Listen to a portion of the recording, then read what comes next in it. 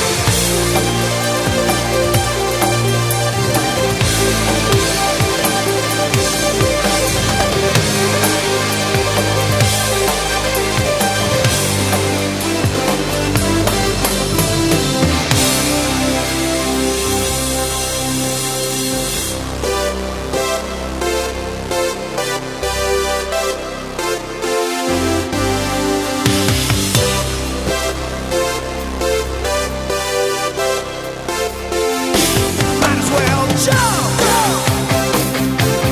Go ahead and jump.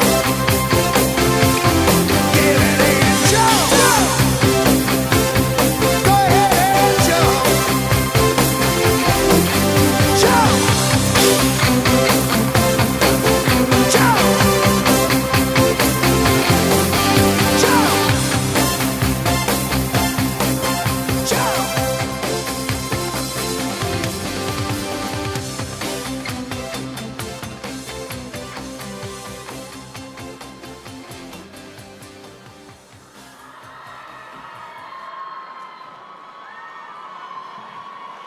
Good evening. My name is Hannah Rosenbaum, and I'm your District Conference Chair. And I cordially welcome you on behalf of the 79th Annual District Education and Leadership Conference. I would like to thank each and every one of you for coming to this weekend to celebrate a year of improving schools, homes, and communities through the best way we know how, service. Before I begin, I would like to express my appreciation to all the faculty advisors and Kiwanians who continue to support Key Club.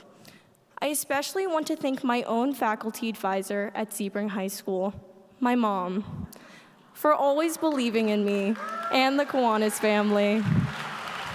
Without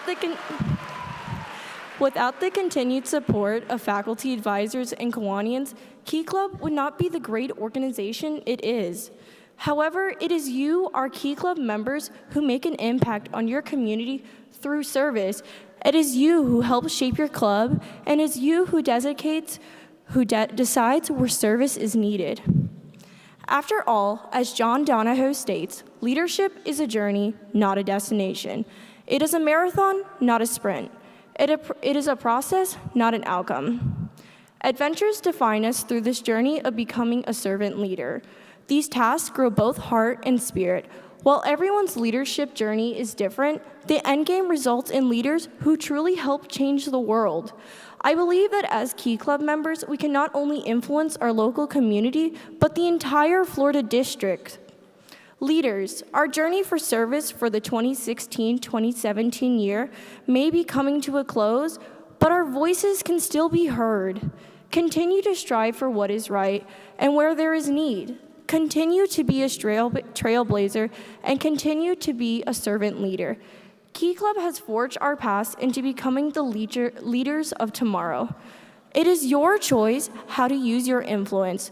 Through our adventure and service, there will be obstacles, but at the end of the day, the result of touching lives creates a feeling second to none.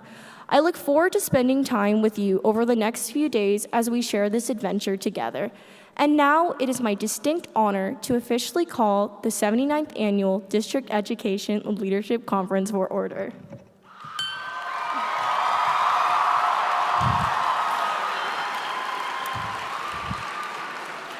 Now, please stand for the invocation to be given by Lieutenant Governor Sophia Byrd and remain standing for the Pledge of Allegiance to be led by Lieutenant Governor James Britton.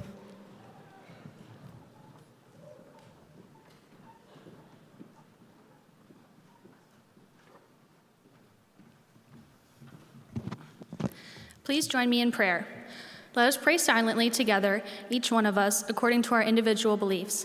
Giver of all things, we thank you for bringing us all together for the 79th Annual District Conference. Please keep us all safe throughout the conference and inspire us to be the best leaders we can be. Help us grow our passion for service and make friends that will last a lifetime. Amen. I pledge allegiance to the flag of the United States of America and to the republic for which it stands, one nation, under God, indivisible, with liberty and justice for all. Please be seated. Please welcome District Secretary Sabrina Flores and District Treasurer Alyssa Frank for the introduction of our governor.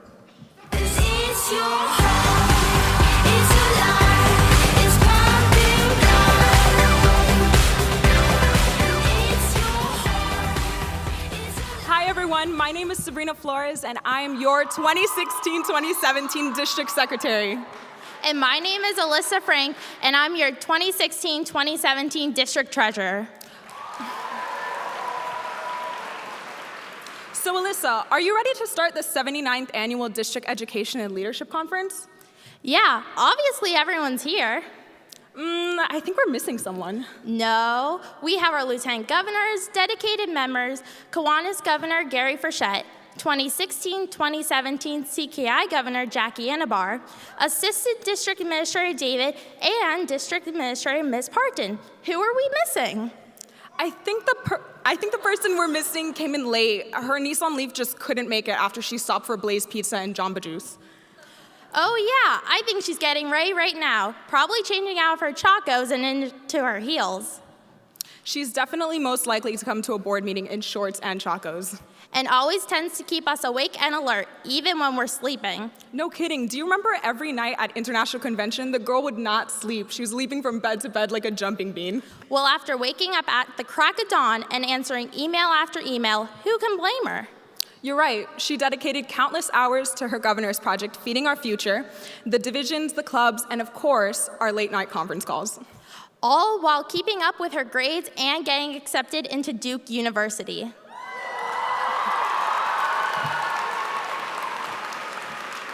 With all of that, it's impossible to imagine how she's had time to grow into the leader we know today. Dedicated, caring, and happy, you name it, she has it. She has the power to command a room with just a smile. You have all met her while she has traveled to Casey's, Spring Zone rallies, and district large-scale service projects. Her passion for service and fun Snapchats inspires other leaders to get involved and attend many Kiwanis family functions. We've had the privilege of serving by her side for not 1 year, but 2 years as lieutenant governors and executive board members.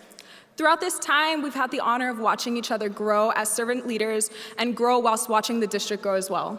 Please rise and give a warm welcome as we are happy to introduce the person who put a smile on your face.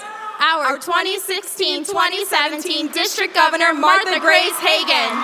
Cause the players gonna play, and the haters gonna hate, baby. I'm just gonna shake it off,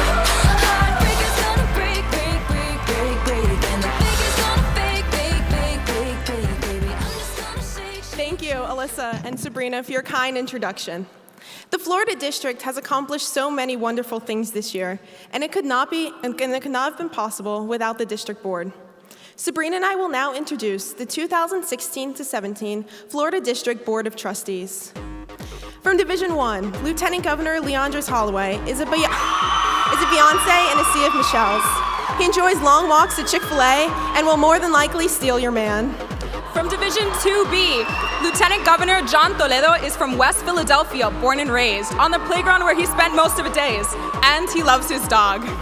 From Division 3B, Lieutenant Governor Rita Darhe enjoys laughing at everything, being an avid reader, researching weird animal facts, and living a double life as a Marvel superhero. From Division 4, Lieutenant Governor Marissa Malloy enjoys watching and rooting for her favorite college football teams, spontaneous beach trips, and of course, serving her community alongside her home club.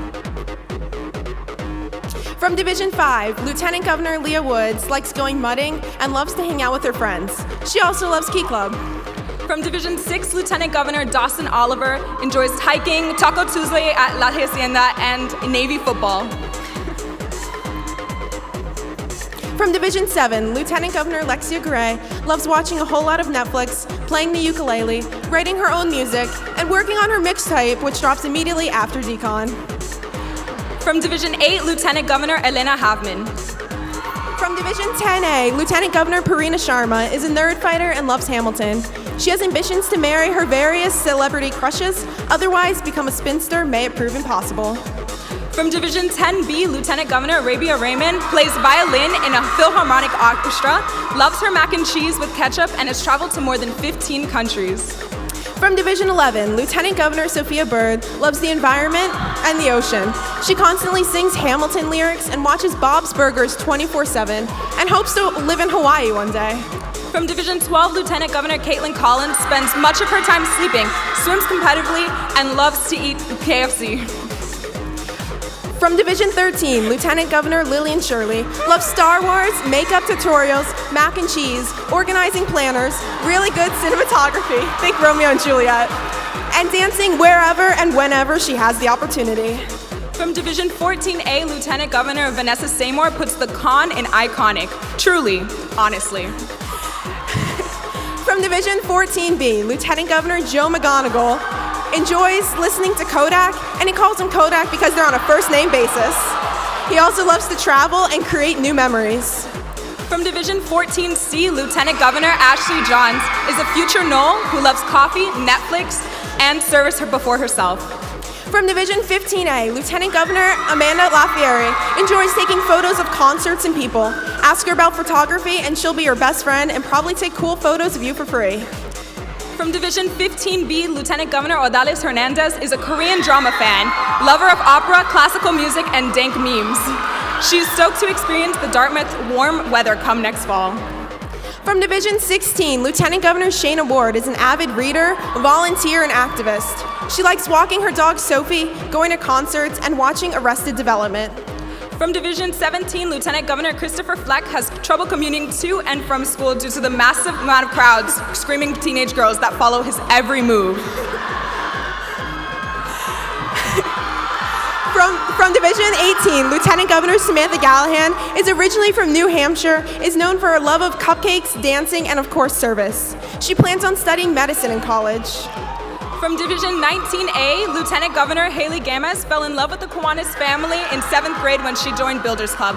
When she's not volunteering, she is making smoothies at Tropical Smoothie. From Division 19B, Lieutenant Governor Juan Cabrera loves Grey's Anatomy, Chipotle, is willing to travel long distances just to avoid FOMO, and would like to take this moment to shout out all his specs. From Division 20A, Lieutenant Governor Noel Vincent enjoys spending time with his family and watching, incorporating, reading Dale Carnegie, and having his voice read by this awesome voice. From Division 20, Lieutenant Governor Maria Landron plans on staying in the Kiwanis family for the rest of her life. In her free time, she enjoys taking selfies, watching Law & Order, and nothing makes her happier than checking her email. From Division 21, Lieutenant Governor Alyssa Clare joined Key Club because she thought Key Club was about literal keys. She wishes water polo was casually float polo, and is walking across the stage is the longest she's gone without coffee. From Division 22, Lieutenant Governor Jonathan Bastida is a proud Mexican, enjoys all things Grey's Anatomy, aspiring photographer, model, pediatric surgeon, and has a passion for service and a regular procrastinator. Hashtag stay Gucci. From Division 23A, Lieutenant Governor Melissa Rowe spends her time making so many culinary memes that so many of other students have to stop and to her sometimes. From Division 23B, Lieutenant Governor Rebecca Yap enjoys going up service projects with her homies, jamming to throwbacks, and making fun of her last name. From Division 24A, Lieutenant Governor Robin Moscovich loves to use Key Club puns whenever she gets the chance and loves to travel and FaceTime. From Division 24B, Lieutenant Governor Caleb Neal enjoys drinking tea almost as much as spilling it, survives on caffeine and Key Club, and can't wait to attend International Convention this summer. From Division 25A, Lieutenant Governor Daniel Iglesias' diet consists of 3 meals a day, with 2 main items, Key Club and a side of stress. From Division 25B, Lieutenant Governor Natalie Antonor enjoys working with future leaders. Her professional aspirations include becoming a philanthropist for underprivileged, resilient intellectual youth in the Pan-African community. From Division 25C, Lieutenant Governor Joshua Gibson loves koalas, spends his free time watching Netflix series, and enjoys living on the edge of his bed. His favorite friend is James Britton. From Division 26A, Lieutenant Governor Roberto Pupo likes pina coladas, getting caught in the rain, and overt references to Rupert Holmes songs. From Division 26B, Lieutenant Governor Sofia Bazo loves everything Disney, enjoys traveling, and knew all along that the Patriots would win the Super Bowl. From Division 26C, Lieutenant Governor James Britton likes to take his shirt off, will be attending the University of Miami, plays soccer, and his favorite friend is Joshua Gibson. From Division 26D, Lieutenant Governor JC Mascarenas loves to sing and dance. She plays the guitar, saxophone, and loves Nutella, and if you take her to Olive Garden, she will love you forever. Your international trustee, Clifford Young, is from the New York district. He is a mix of all things Caribbean American. He also enjoys Starbucks iced tea lemonades and Chipotle. From the International Conventions Chair, Teresa Lepore enjoys binge-watching A Different World on Netflix, eating Chipotle chicken bowls, and watching band videos and applying for scholarships because college is expensive. Your district conference chair, Hannah Rosenbaum, only runs on 2 things, Dunkin' Donuts and Key Club. Your executive assistant, Gabriella Charlot, has spent all year trying to trigger her senioritis by saying the phrase, "nothing matters," repeatedly. It still hasn't worked. Your district webmaster, Yuria Utsumi, enjoys watching Big Bang Theory, eating Chipotle, and napping whenever possible. Your district editor, Jada Mohammed, is a huge fan of the Bush Dog, loves the movie Clueless, and is a facial mask enthusiast. Your district treasurer, Alyssa Frank, is a fan of Grey's Anatomy. She wants to be a neonatologist and work with Doctors Without Borders. She enjoys traveling and adventuring around the world. Your district secretary, Sabrina Flores, can be found cramming for an exam in her car in the morning or binging on Jane the Virgin late at night, all while sending constant contact emails.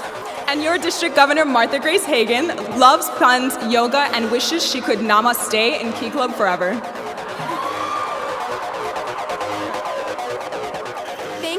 Thank you for being true servant leaders. Congratulations on a year of very successful work. We have some special guests here with us this weekend. Please be sure to give them a big Key Club welcome when you meet them. As I call their name, please stand to be recognized. For each of the following people, please give 1 clap. So we're going to practice. So ready? 1, 2, 3. Key Club International Trustee Clifford Young. Key Club International Trustee and immediate past Lieutenant Governor for Division 14B, Drew Valenti. Kiwanis International Foundation immediate past President Bob Parton. CKI Governor Jackie Ranabar. CKI Governor Designate Phoebe Satori. Kiwanis Governor Gary Frechette and Maria. Kiwanis District Governor-elect C. Todd Smith and Amy. Kiwanis District Vice Governor Steve LeBlanc and Chris. All past Kiwanis governors. All other Kiwanians, please stand. Thank you for being here. Your continued support of Key Club is very much appreciated. Members of the CKI board, please stand. past CKI governors, please stand. All other CKI members and CKI alumni in attendance, please stand. Key Club faculty advisors, please stand.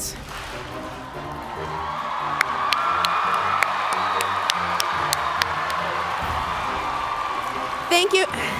Thank you for being here. We really appreciate your guidance and dedication. Kiwanis advisors to Key Club, please stand. All members of the Florida Kiwanis Committee on Key Club, please stand. Please join me in giving all of our advisors a round of applause.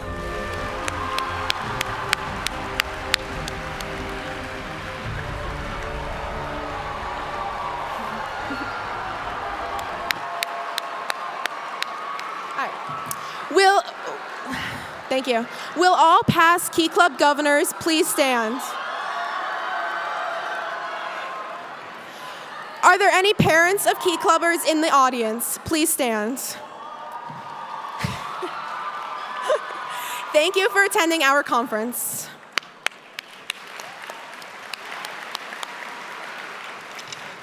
Please welcome Lieutenant Governor Ashley Johns to recognize the new clubs to our district. Cause the players gonna play, and the haters gonna hate, baby. I'm just gonna shake it off.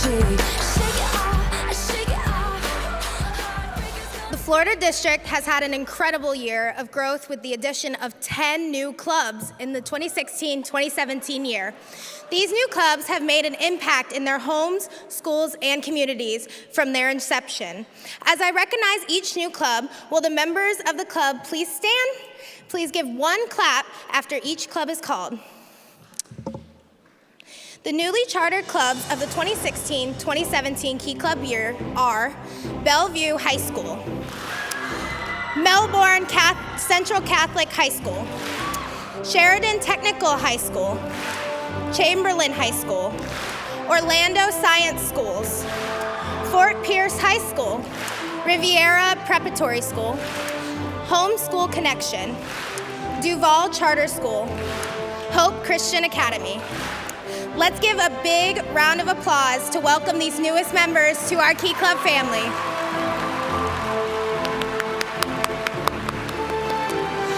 Now, you're good. Now, please welcome Lieutenant Governor Maria Landron for the recognition of the Club Membership Growth Award. You know we're superstars, we are who we are. We're dancing like we're dumb. Our bodies go numb. Club membership growth provides recognition to individual Key Clubs for establishing outstanding club membership growth in a single year. These clubs had at least 15 members and were in good standing in 2 years. There were 130 clubs that increased their membership by at least 10%, and each was awarded a certificate which was placed in the registration package. The following 12 clubs had the greatest percentage membership growth in the 4 club size categories and received the banner patch for their accomplishment. This patch was placed in the registration package. When your club is called, will the members of the club please stand? Please give one clap after each club is called. In the Bronze Division, in 3rd place with 74% increase, Fort Walton Beach Senior High. In 2nd place with 113% increase, Duncan U. Fletcher High School. In 1st place with 127% increase, Miami Arts Charter School. In the Silver Division, in 3rd place with 162% increase, Lely High School.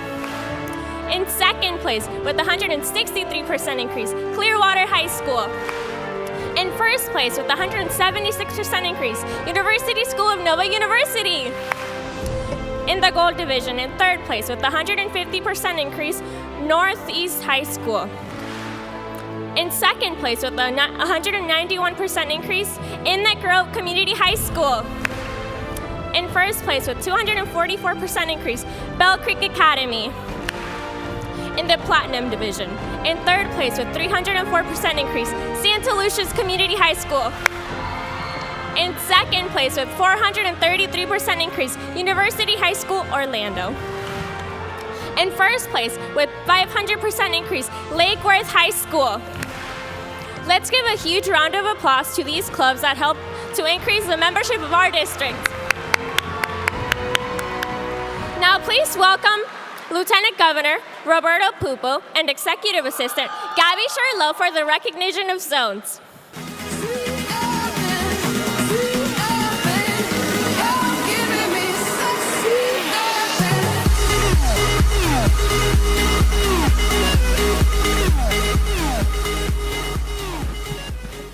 At this time, we would like to recognize each zone in the Florida District. You are invited to cheer when your zone is called. Zone A.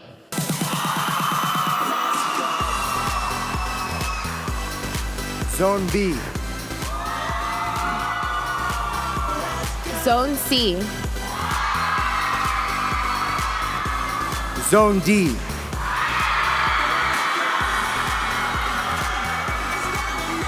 Zone E.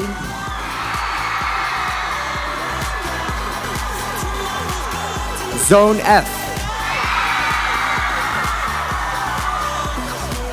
Zone G. Zone H. Zone I. Zone J.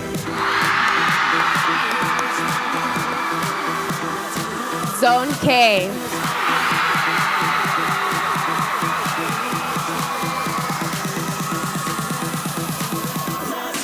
Zone L. Zone M. Now, please welcome Lieutenant Governor J.C. Mascarenas for the presentation of the Governor's Citation Clubs.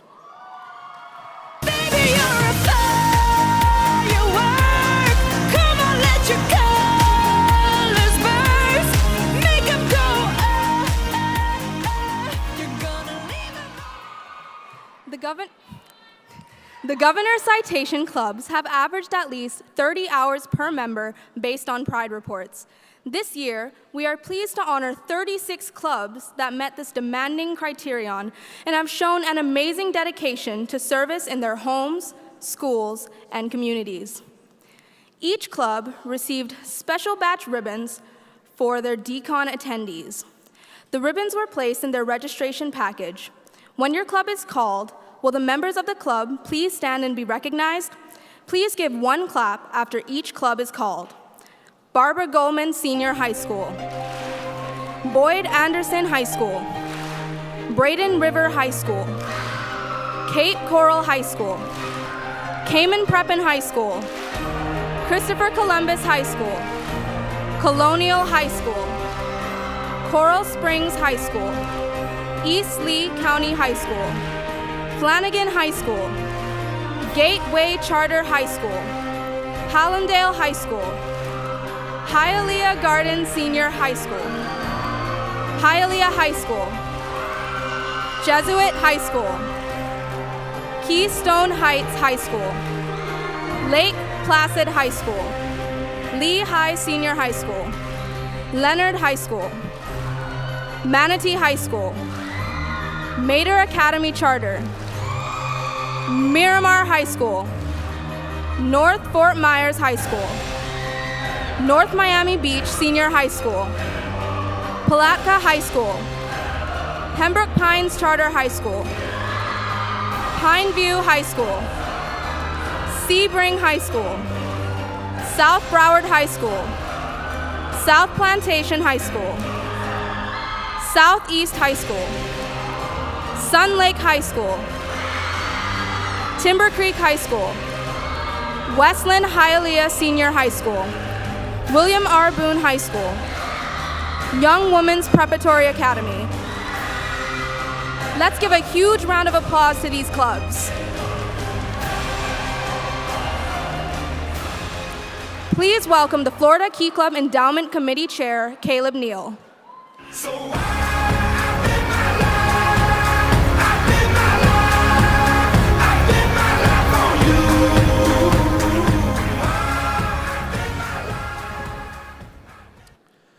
The Florida Key Club Endowment Fund was established by the 2015-2016 Key Club District Board to give back to you, the members. It pays some of the DCON expenses in order to keep the cost of registration low and provides college scholarships to those in need. In fact, this year, the Florida Key Club Endowment Fund is providing 9 $2,000 college scholarships at this conference, almost double the amount of money provided last year, and the number and amount of these scholarships will only grow as the endowment grows. Throughout the conference, there will be many opportunities to support the Endowment Fund. Tickets for the executive board drawing, where you can win an opportunity to accompany an executive board member to the governor's banquet, may be purchased at the endowment table. Also, during zone caucuses, you will have the chance to bid on your lieutenant governor to escort him or her onto the stage at the beginning of the governor's banquet on Saturday. 100% of these proceeds will go towards benefiting the members of the endowment fund. Because we want to constantly improve the endowment, all Key Club members in the Florida District will receive a survey next month asking how they see themselves benefiting from their endowment and what they'd like to get out of it. In the meantime, we'd like to ask that you share this information about the endowment with your parents and their adult friends to see if they'd be interested in making a one-time or even recurring donation. Clubs can raise funds for the endowment and will receive recognition for their fundraising. You can also donate and become a believer, supporter, or visionary donor through the Member Endowment Recognition Program, which provides rewards at each level, like the endowment pin, lanyard, and t-shirt. The more money that's raised for the fund means the more money that's available to give back to each and every one of you through scholarships, lower DCON costs, and more. The Endowment Committee and the Florida District Board would like to thank you and your families for the continued support of this organization's legacy and future. Remember, an investment in the Florida Key Club Endowment Fund is an investment in the future of Key Club. The Florida Key Club Endowment Fund Award was created in 2015 to recognize the top contributors to the endowment fund. When your club is called, please send a representative forward to accept your award. In third place, with 38 cents per member, Manatee High School.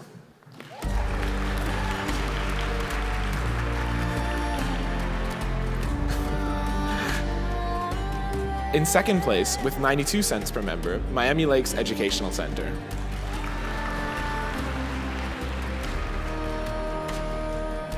In first place, with $4.95 per member, Gulf Breeze Senior High School.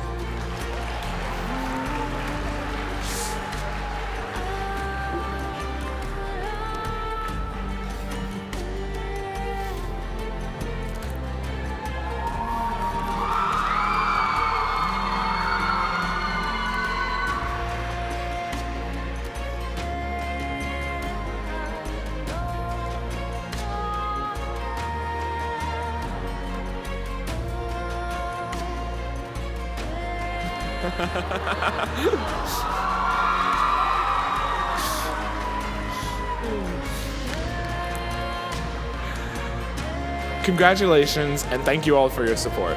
Let's welcome back Governor Martha Grace.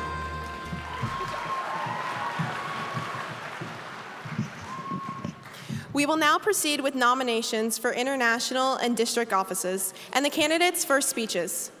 Nominating speeches may not exceed 1 minute, and candidate speeches may not exceed 2 minutes. There must be a second for each nomination. We will now begin the nominating process. The nominations for district treasurer are now open. Will all Key Club members nominating a candidate for district treasurer approach the stage?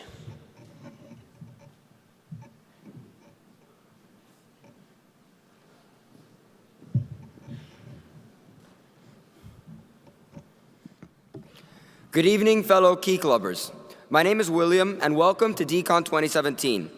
We are gathered here this weekend to elect the next district executive committee. The district treasurer is a job that requires somebody who can provide 1 year of steady, experienced guidance and leadership.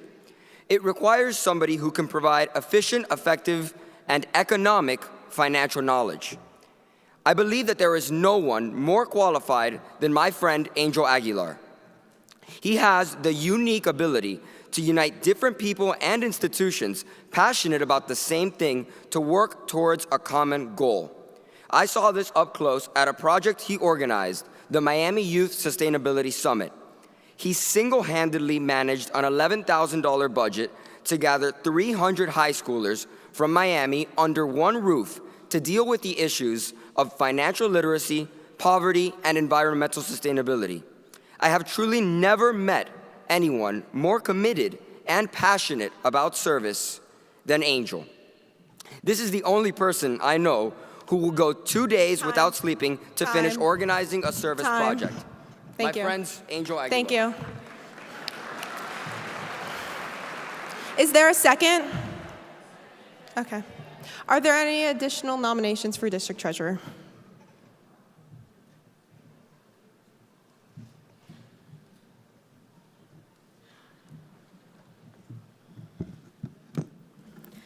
Good evening. My name is Emily Brewer, and I am a senior at Springstead High School. I met William On at the beginning of the year through Key Club. When I first met William, I am displeased to say that I, like many others, saw him only as a freshman. Little did we know that he is a forthright and innovative individual who helped triple our club's membership participation, serve as a dependable voice for our club, and become our vice president. I have faith that William would go above and beyond as district treasurer, just as he has for our school, and I am deeply honored to have the privilege to stand in front of you all tonight to nominate William On for district treasurer. Thank you. Is there a second? Okay. Are there any additional nominations for district treasurer?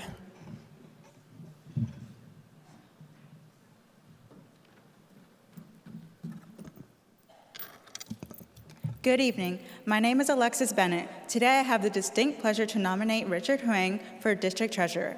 He is currently the Vice President of his Key Club at King's Academy. He is an international student from China who has attended school in America for 2.5 years. His club membership has increased 15% since he has been elected Vice President. He is responsible for introducing Caps of Love to his club. Being involved in the Key Club has developed his clear sense of purpose, thus demonstrating outstanding leadership.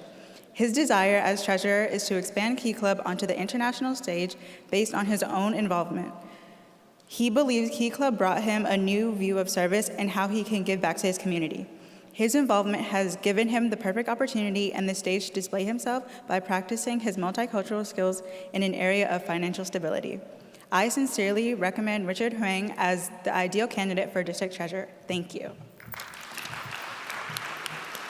Is there a second? Are there any additional nominations for district treasurer?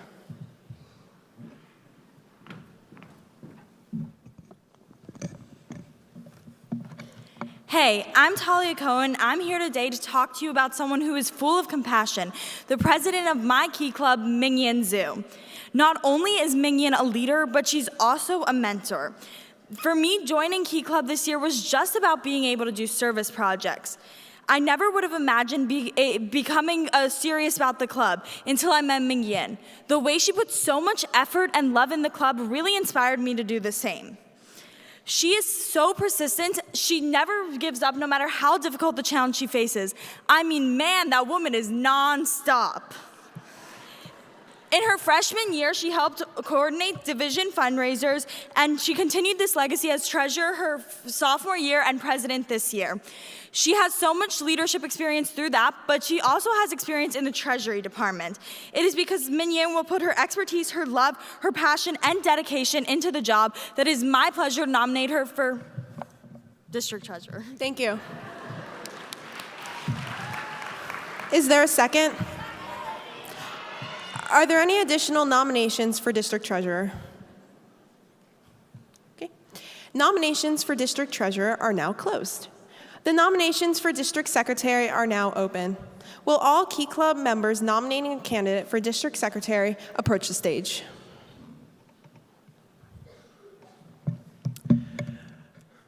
Good evening. This past year, I was fortunate enough to be introduced to a respectable young gentleman, a lieutenant governor who is highly regarded by his colleagues as meticulously organized and skilled in leading Division 25C. I'm talking about Joshua Gibson, photographer extraordinaire, paralegal prodigy, and hopefully the next district secretary of our mighty, mighty Florida and Cayman Islands district. When he goes to any KCKC, Spring Zone rally, or club event, you can tell he's excited to be there. The way Josh composes himself is reassuring. He's ready to take on any task the position of district secretary entails. Josh has guided his division to success, ensured Pride reports are turned in on time, communicated with his clubs and president, all this while being District Awards Committee Chair. I've asked countless Kiwanians and district board members about their experience knowing Josh, and what I got from all of them is that our district needs a type of Josh for district secretary. Our district needs someone who is completely dedicated, experienced, prepared, and motivated to serve all of our clubs.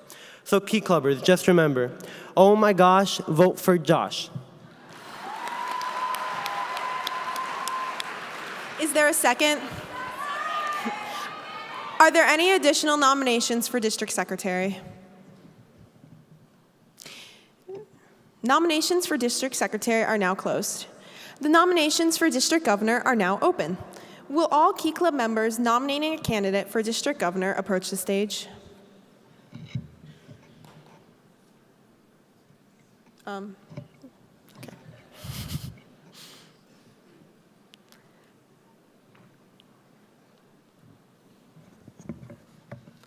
Hello, I'm Philiquan Charlemagne, and if you could not yet tell, I'm the younger brother of Falante Charlemagne, candidate for district governor.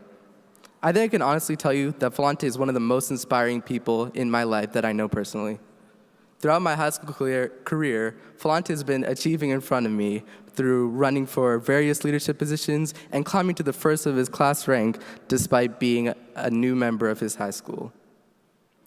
Falante constantly pushes me to better myself. He's the reason I'm taking 4 AP classes next year and the entire reason I'm in Key Club in the first place. Falante has an unmatchable energy that inspires everybody around him. And if you would like him as your next district governor, I'm sure he can inspire you as well.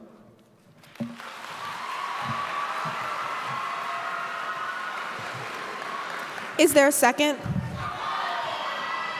Are there any additional nominations for district governor?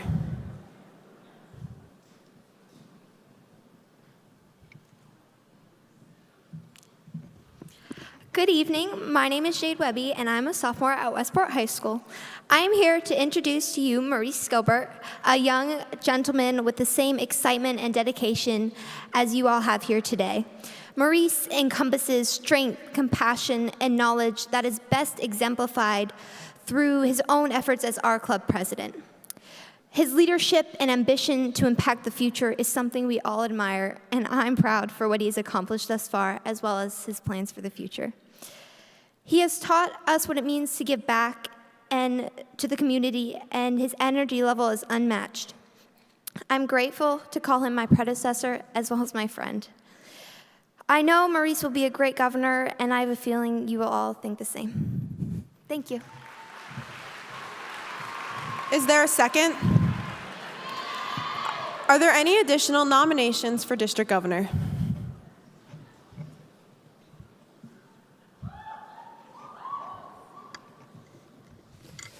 Good evening, Florida District of Key Club International. Before anything, I would like to announce that I am more than grateful for having the possibility of standing before you.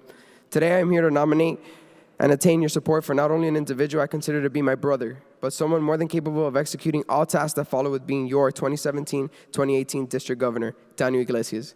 Key Club was a blur to me less than a year ago.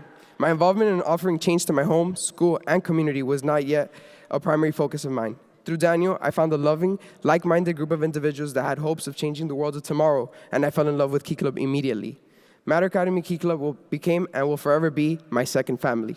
With welcoming hands, Daniel guided me into a family that allowed me to construct my leadership qualities, create personal growth, and developing a concept of imagination into a purposeful reality. Daniel constantly fights for a change in a world that always needs volunteers. He will not stop till change occurs. Implementing his dream project, all the dreams we hope to achieve will become a reality by electing Daniel Iglesias as your 2017-2018 District Governor. Vote for Dan. He's your man. Thank you.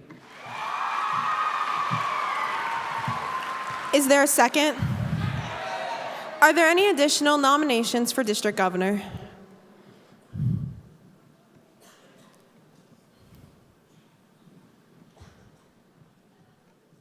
Good evening, everyone. I will start off with a quote. Change will not come if we wait for some other person for some other time. We are the ones that we have been waiting for. We are the change that we seek. Change is something that we all strive and look for on a daily basis. As we are Key Clubbers, so we always seek for solutions. With Myra Hymas says, service project, Curing Our Community, I believe that we can accomplish many great things. If I could choose one word to describe my dear friend, it would have to be innovative. She is constantly introducing new ideas and methods to better herself and her community. Her leadership skills have shined through all of her hard work and endless achievements. Sorry, she's my friend.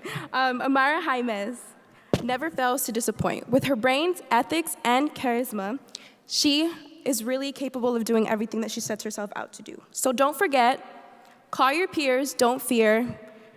Myra's Cure is here. Thank you. Is there a second?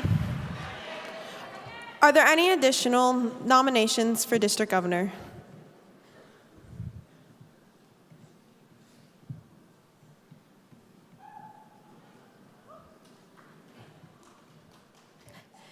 Good evening, Kiwanis family members. My name is Vanessa Lepore Rodriguez, and I am here tonight to proudly nominate Rebecca Yap for the position of District Governor.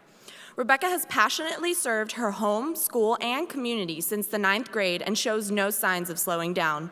Her freshman year, she served as a dedicated freshman class director, her sophomore year as an outstanding club secretary, her junior year as an organized lieutenant governor, and with your vote, her senior year as an extraordinary district governor.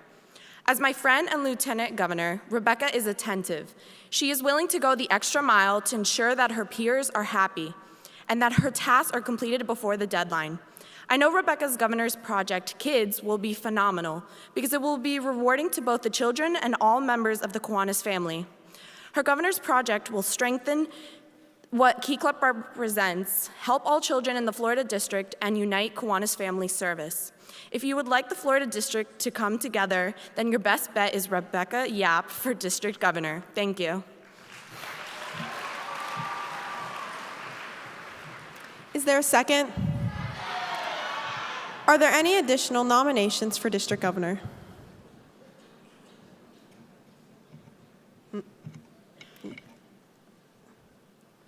Okay, nominations for district governor are now closed.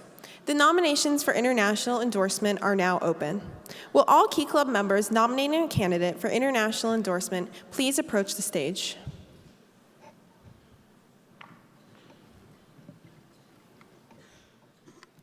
As a new member of the Key Club organization, my experiences in dealing with other Key Clubs have been restricted to my communal surroundings. However, in my few experiences in engaging with other clubs, I had the pleasure and the honor of meeting one noteworthy individual whose passion for service and vibrancy evoked a sense of veneration in me. It has been a privilege and a pleasure becoming a part of the Key Club organization, and it has been an even greater honor coming to know and being able to introduce this worthy leader. Her name is Treasure Doll. Thank you.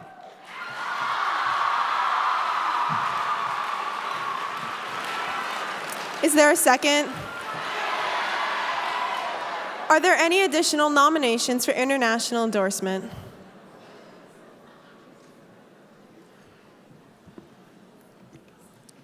Hi, I'm Sage Feldman, and I'm nominating Caleb Neal for International Trustee.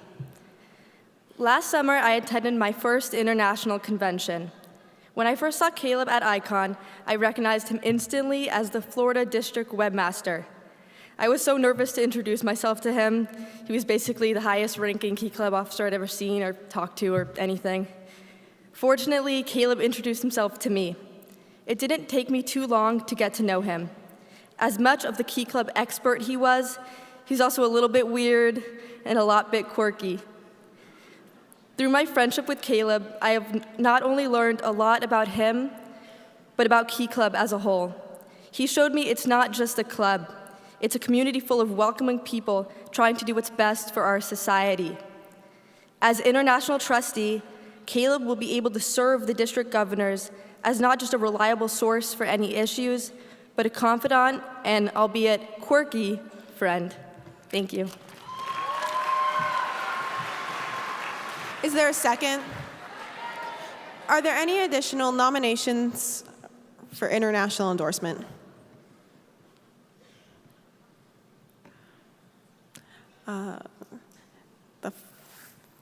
Nominations for international endorsement are now closed. The nominations for international vice president are now open. Will all Key Club members nominating a candidate for international vice president please approach the stage?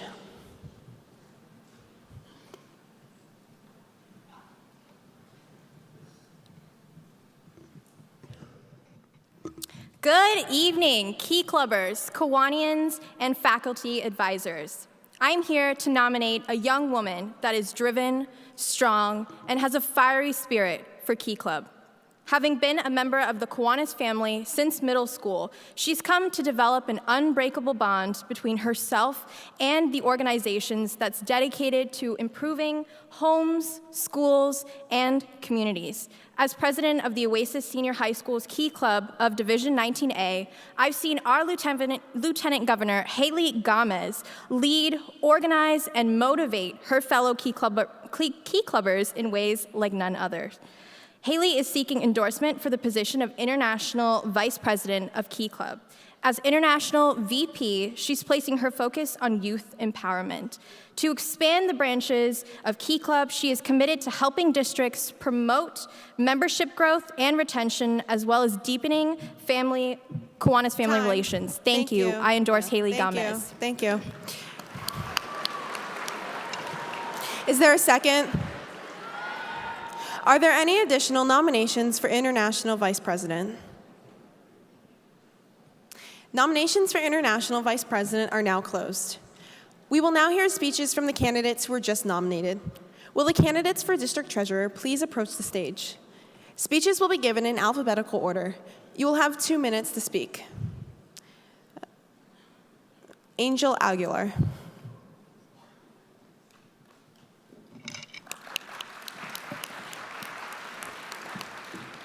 Good evening, DCON. My name is Angel Aguilar, and I'm running for District Treasurer. You know, Key Club is so unique.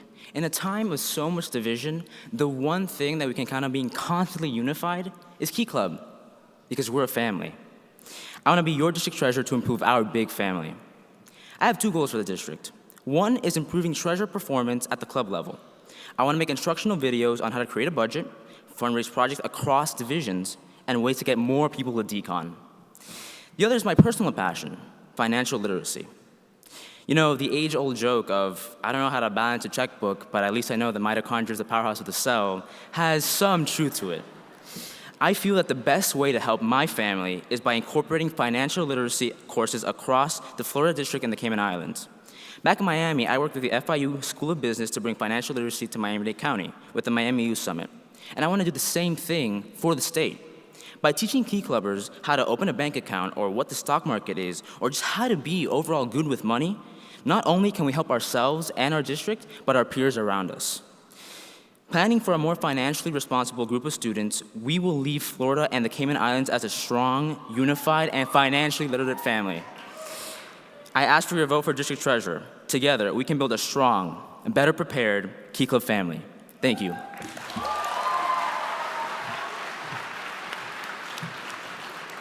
William On.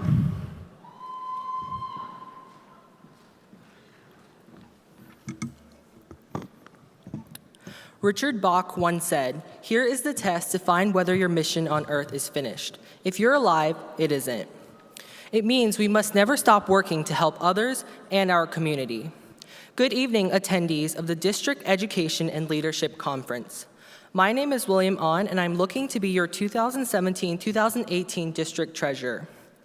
Now, I came from an extremely strict Asian family, so my parents always expected the best from me, and I will put out my best for you.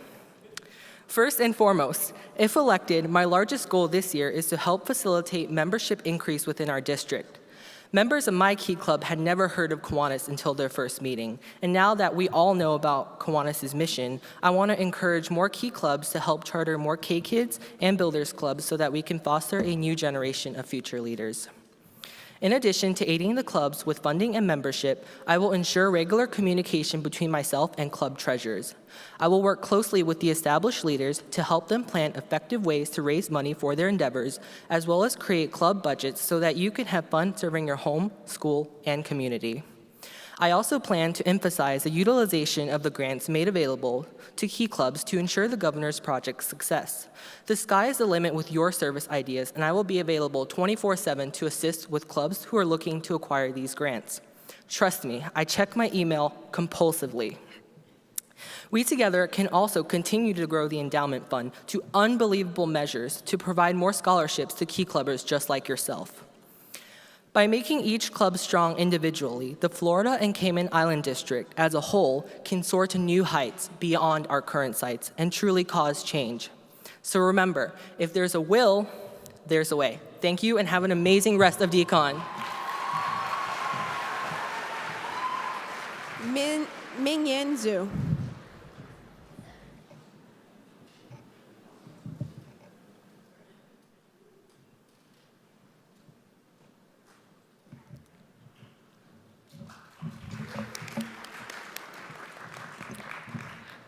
Good evening, fellow Key Clubbers. My name is Mingyan Zhu, and I wish to seek your vote for District Treasurer.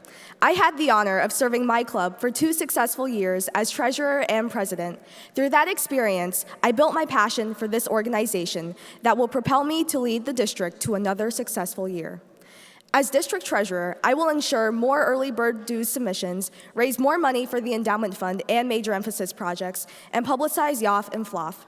This can be summarized in my 3-step platform: money, M for membership dues, ON for on time, E for endowment fund and emphasis projects, and Y for YOF and FLOF grants. Step 1 of my plan, M, is to encourage clubs to get started on the dues process earlier so they can get early bird dues recognition, ON, on time, and have more time to plan meaningful service projects. I plan to start as early as the end of July with reminding clubs through emails and a summer newsletter, as well as personal texts and calls to aid in planning dues collection. The second step, E, is to increase the fundraising that goes towards the endowment fund and emphasis projects such as the Children's Miracle Network and the Thirst Project. By reaching out to individual clubs, we can increase the portion of fundraising that gets donated to these causes. The third step, Y, is to help clubs who may want to apply for a YOF or FLOF grant. I see endless potential for service projects when clubs take advantage of these opportunities. Therefore, it is my goal to provide such guidance in this application process to ensure our collective success. I'll dedicate time to receiving and answering questions from treasurers and presidents on a regular basis and offer guidance on how to fill out the application. Overall, I am confident that I have the experience and passion needed to serve as your district treasurer. I look forward to meeting and chatting with all of you this weekend. Remember, a vote for Mingyan is a vote for money. Thank you.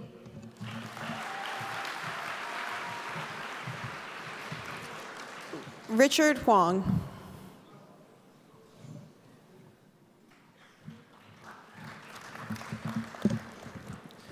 Good evening, Key Clubber. I'm Richard Huang. It is so exciting to be here tonight.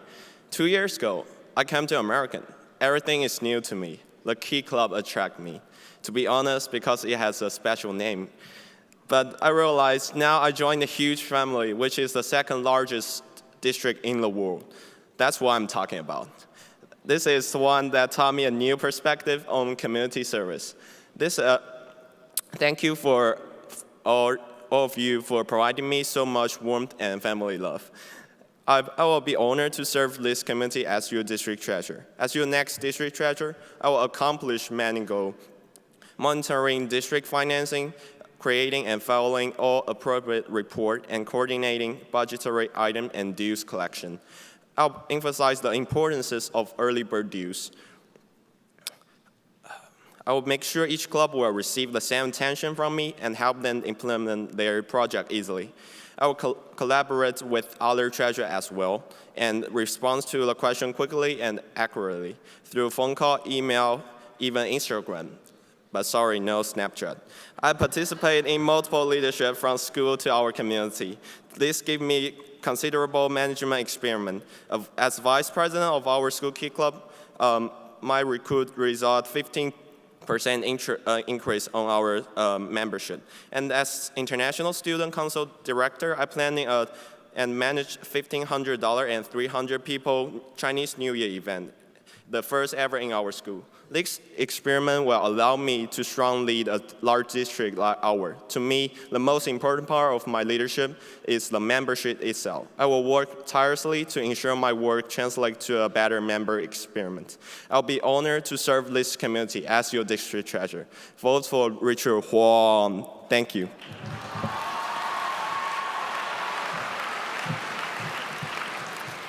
Will the candidates for district secretary please approach the stage? Speeches will be given in alphabetical order. You will each have 2 minutes to speak. Joshua Gibson.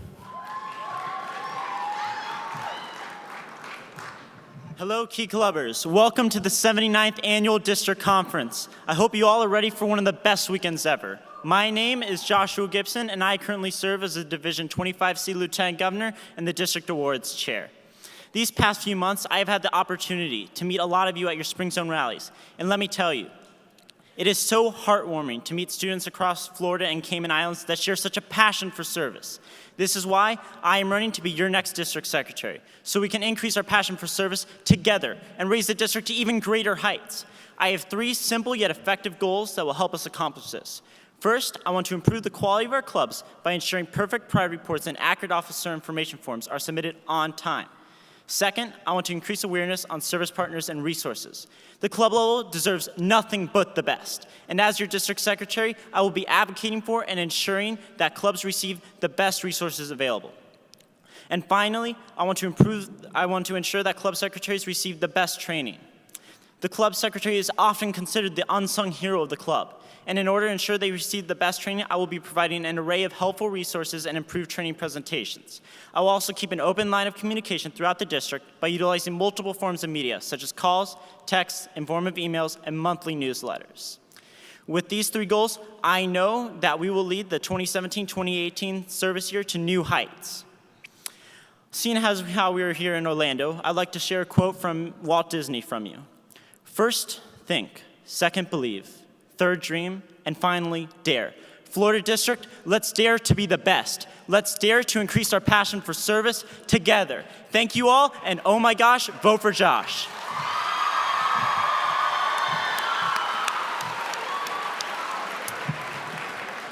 Will candidates for district governor please approach the stage? Speeches will be given in alphabetical order. You will each have 2 minutes to speak. Volante Charlemagne.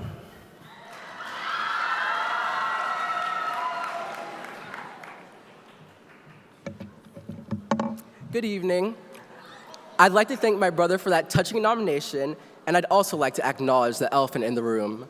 Most of you probably already know from either Spring Zone rallies, the DCON app, or the candidates booklet that I am only an 11th grade class representative. I know what most of you are probably thinking. Why is this child, who's literally never served on the district board, running for the highest office in the district? And my answer to that is, I am genuinely and extremely passionate about both Key Club and service, and would like to give back to this club in my final year. We kind of have this culture surrounding Key Club where it's like, first you have to be a president or vice president, then you can be a lieutenant governor, and then finally, after all of these steps, you can then run for district governor. And I disagree with and would like to dismantle this construct because some people simply are not fortunate enough to discover Key Club early enough in their careers to achieve this. Thank you.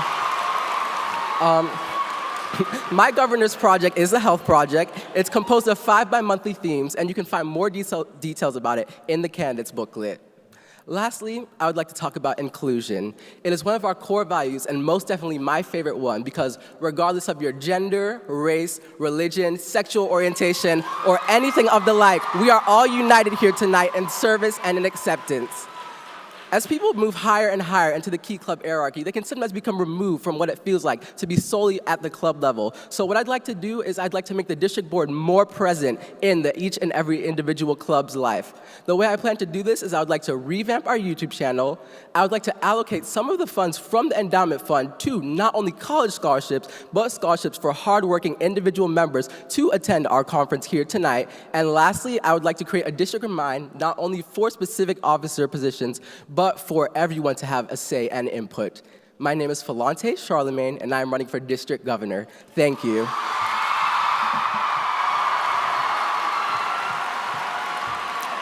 Maurice Gilbert.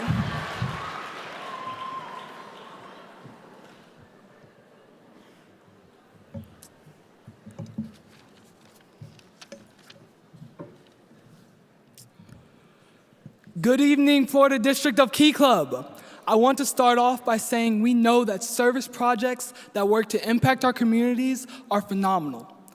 But working to solve those problems that those service projects work to address can be substantially more rewarding in the long run. Compare the problems within our communities to a chronic illness.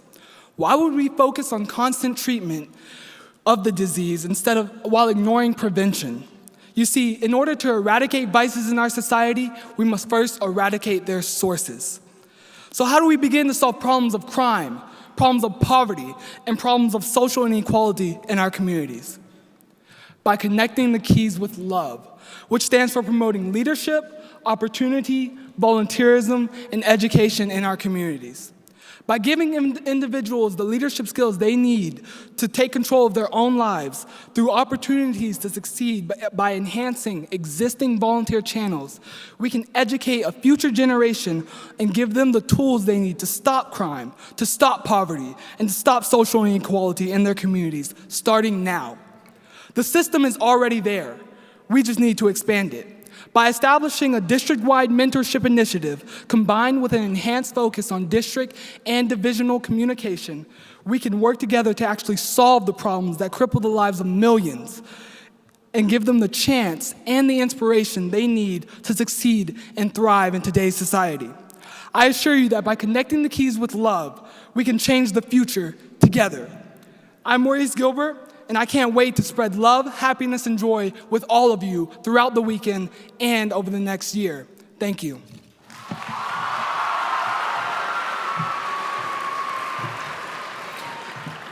Daniel Iglesias.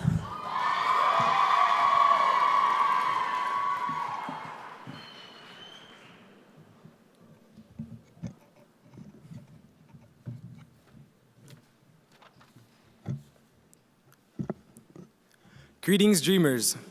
When Natalie Buell lost part of her leg in a car accident, she refused to let greatness pass her by and went on to win 2 championship titles and become a Paralympian. When Keith Salomon entered the world of artistry with his blindness, he refused to allow his impairment hinder his success in the world of artistry. For crying out loud, when our very own assistant district administrator was puzzled about what he'd do after retirement, Mr. David McCampbell decided he would climb the most thrill-seeking and exhilarating mountains of the world. Take a minute. What do all of these leaders have in common? They all had a dream and worked tirelessly to accomplish it. I too have a dream and stand in front of you all today in hopes of making my dream a reality. My 8th grade year, I became a part of the Kiwanis family, serving as a vice president. For once, I was involved in a student-led organization that placed the majority of its responsibilities on the hands of its membership. From that moment on, being able to grow as a leader while inspiring others became my priority. As a rising freshman, I ran for a Key Club officer position. And after a year of community service and divisional involvement, I decided that I would pursue the office of Lieutenant Governor for Division 25A. Through this position, I've been able to network with others, increase club service activities, and serve as a constant support system. As the 2016-2017 service year came to a close, I realized I was not fully pursuing my dreams. Running for district governor has always been something that I have been passionate about, and with your vote, I can make that a reality.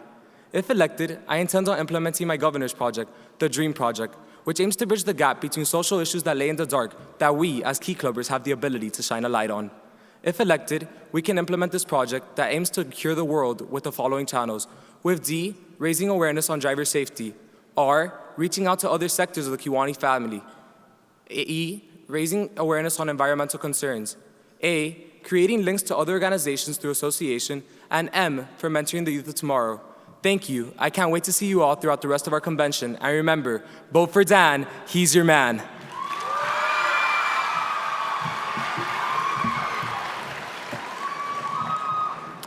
Myra Jaimez.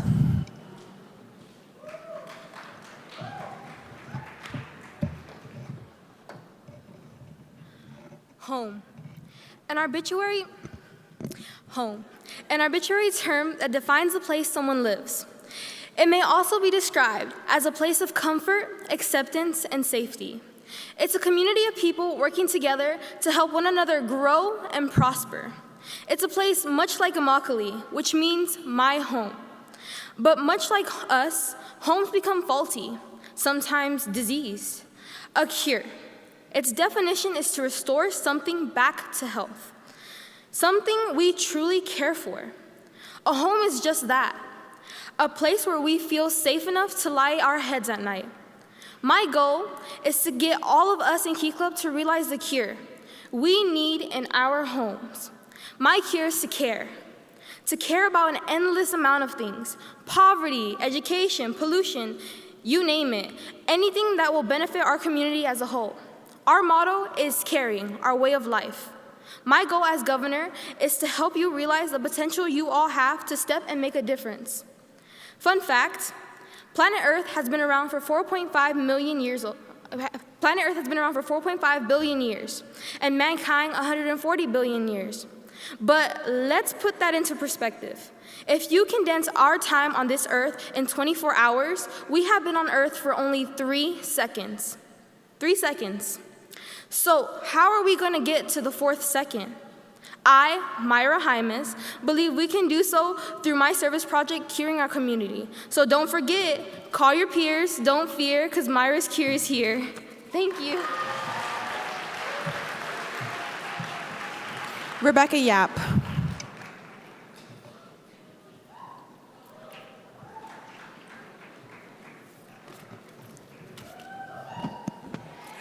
Greetings, Florida District. My name is Rebecca Yap, and I am seeking the office to be your next district governor. Today, I come to you with a vision of all the hard work that the Florida District can do for the youth of our communities. Every day, children are put into situations that are simply out of their control. As a student-led service organization, it is our duty to connect with our kids and make an impact on their lives that will last a lifetime. With my project Kids, I plan on accomplishing just that. The inspiration for my project stems from a little girl in my mother's preschool class, also named Rebecca. Rebecca has Down syndrome, but that does not stop her from accomplishing her goals. For the past 2 years, I have volunteered at her preschool, and I have aided in teaching Rebecca her ABCs. For Rebecca, that seemed like a distant dream that could not have been plausible without nurturing. This has not only inspired my heart to serve, but it led me to believe that I wanted to help others just like Rebecca. Together, we can help those like Rebecca accomplish their dreams. Together, we can help a generation that needs us while at the same time connecting Kiwanis family relations. And lastly, together, we have the ability to support those who cannot support themselves and create a district that ensures our future's future is bright. Once again, my name is Rebecca Yap, and I'm seeking your vote to be your next district governor. Thank you. Thank you, candidates. Will candidates for international endorsement please approach the stage? Speeches will be given in alphabetical order. You will each have 2 minutes to speak. Treasurer Dahl.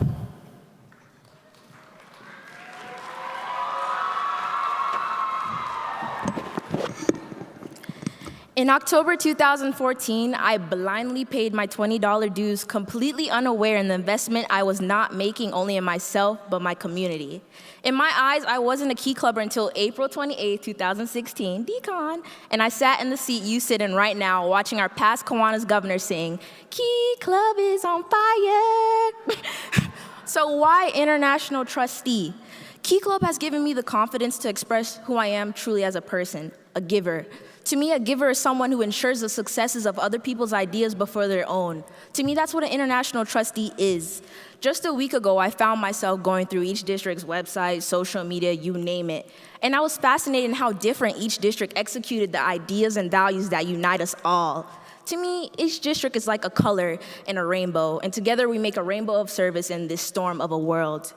I think it's time for Key Club International to be flooded with this genuine leadership and this genuine passion. So with that, I'm not gonna enumerate the successes my club has made because it wasn't due to me, it was due to us. No, I'm not gonna tally the positions I have collected throughout my educational lifespan. No, I'm not gonna calculate the magnitude of leaders that have combated adversity relative to experience. Because like I've said at every Spring Zone rally, leadership is not quantitative, it's qualitative. And finally, to introduce myself, my name is Treasure Dahl, and I'm seeking endorsement for International Trustee, a conduit and liaison of knowledge between the district and International Board. I plan to do this through awareness, refreshing, and inspiration.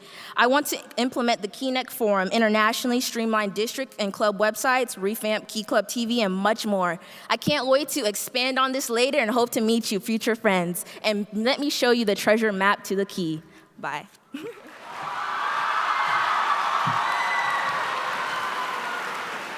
Caleb Neal.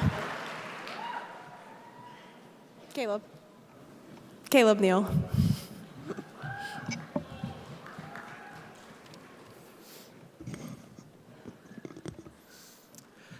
Good evening, everyone. How are you doing tonight?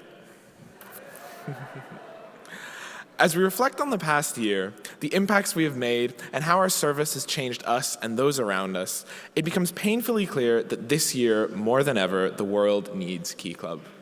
Between divisive politics, racial tension, gender equality, environmental concerns, and international turmoil, the force for good that Key Club provides across the world is all the more essential. And I'm here to tell you how I'm going to help make that force even stronger. But before I continue, there's a pretty important point we should cover. What does an international trustee actually do? A trustee works with the rest of the Key Club International Board to define the administrative policies of Key Club International. They interpret the scope and meaning of the bylaws that you all use to run your clubs, carry out committee directives to provide programs and support for Key Clubs around the world, and maintain consistent communication with the leadership of the districts to which they are assigned. I feel that my experience on the Florida District Board has made me uniquely qualified to fill this position, as I've spent the last 2 years serving on large-scale committees such as Endowment, working with club leaders as Lieutenant Governor, and being part of bylaw amendments such as the one that you see in your candidates booklet right now. Based on my experiences as a district board member, I've created 3 major pillars to support my time in office. Scholarship growth to provide rewards, recognition, and support to deserving Key Clubbers around the world. Accessible communication to remove the barrier between service and the information needed to perform it, and improved reporting so that clubs don't have to struggle with archaic software just to get the recognition that they've earned for their hard work. After all, Key Club is about empowering service and servant leaders to do good in the world, and that is what I intend to accomplish. Thank you all so much for your time, and thank you for inspiring me to be here today. Just remember, if you want the real deal, vote Caleb Neal.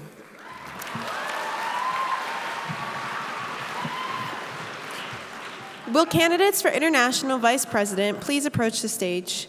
You will have 2 minutes to speak. Haley Gomez.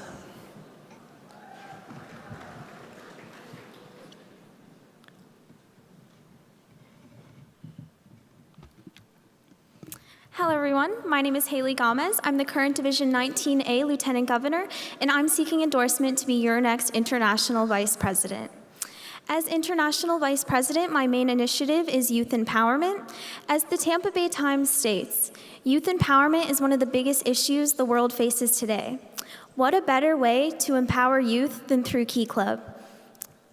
On the international level, I will achieve this by utilizing our resources to spread the word about Key Club and expand our organization by helping the districts promote membership growth. We will also achieve this by working with the other branches of the Kiwanis family to ensure engagement in those branches so we can carry on our Kiwanis legacy in hope of increasing membership retention. I have been involved with the Kiwanis family since 7th grade, starting out as a Builders Club member, and have also held several other leadership positions on the club level. When I was in Builders Club, I did a service project that is now a 30,000 square foot garden and donates over 60 tons of fresh produce to local soup kitchens in the community each year. It has also helped a healthy eating initiative among adolescents in that school.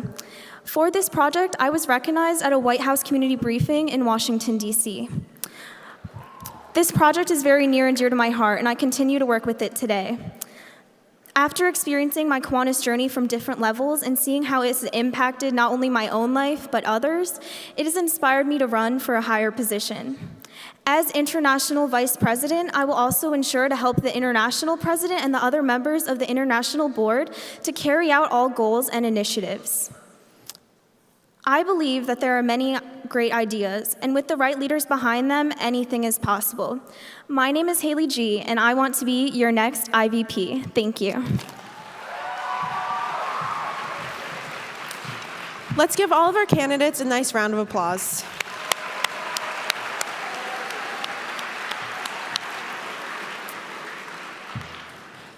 Now please welcome Lieutenant Governor Daniel Iglesias for the introduction of the keynote speaker.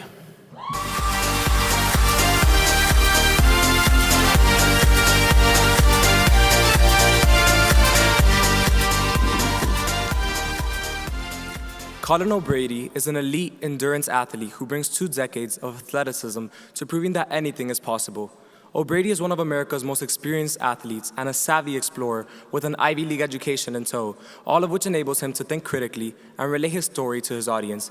He knows firsthand the grit and determination required to overcome a devastating injury, to push past limits, to move a concept from idea to reality, and turn that into a record-breaking achievement. He builds projects that aim to make the world a better place. He contributes his efforts charitably to inspire students and their communities to dream big, set goals, and lead active, healthy lives. He continues to stay committed to adventure while running his nonprofit. And all of this has taken him to his project, Beyond 7/2, which works to impact kids' health and reverse that inactivity trends that challenge the health of our nation. Key Clubbers, please give a warm welcome to our speaker, Mr. Colin O'Brady.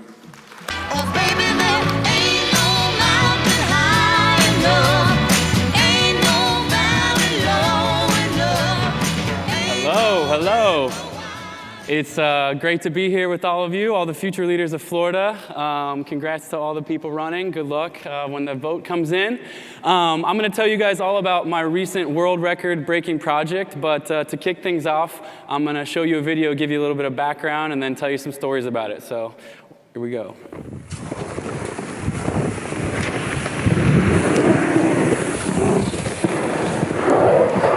The Explorers Grand Slam is a mountaineering challenge where you climb the 7 summits, the tallest mountain on each of the 7 continents, as well as an expedition to both the North and South Poles.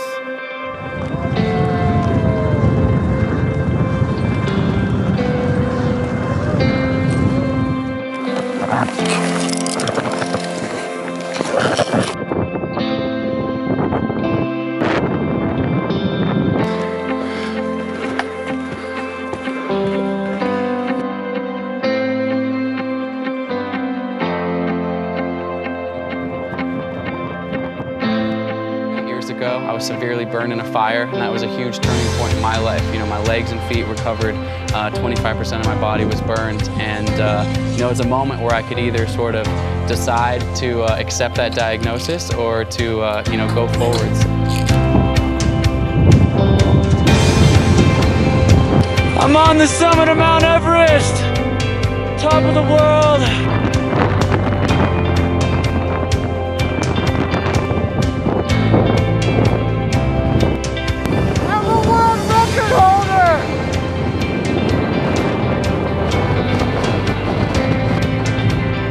The bigger message is about getting kids active, healthy, outside, and inspired. On the count of 3, I want you guys to open your eyes, and together we're going to say, I can. 1, 2, 3.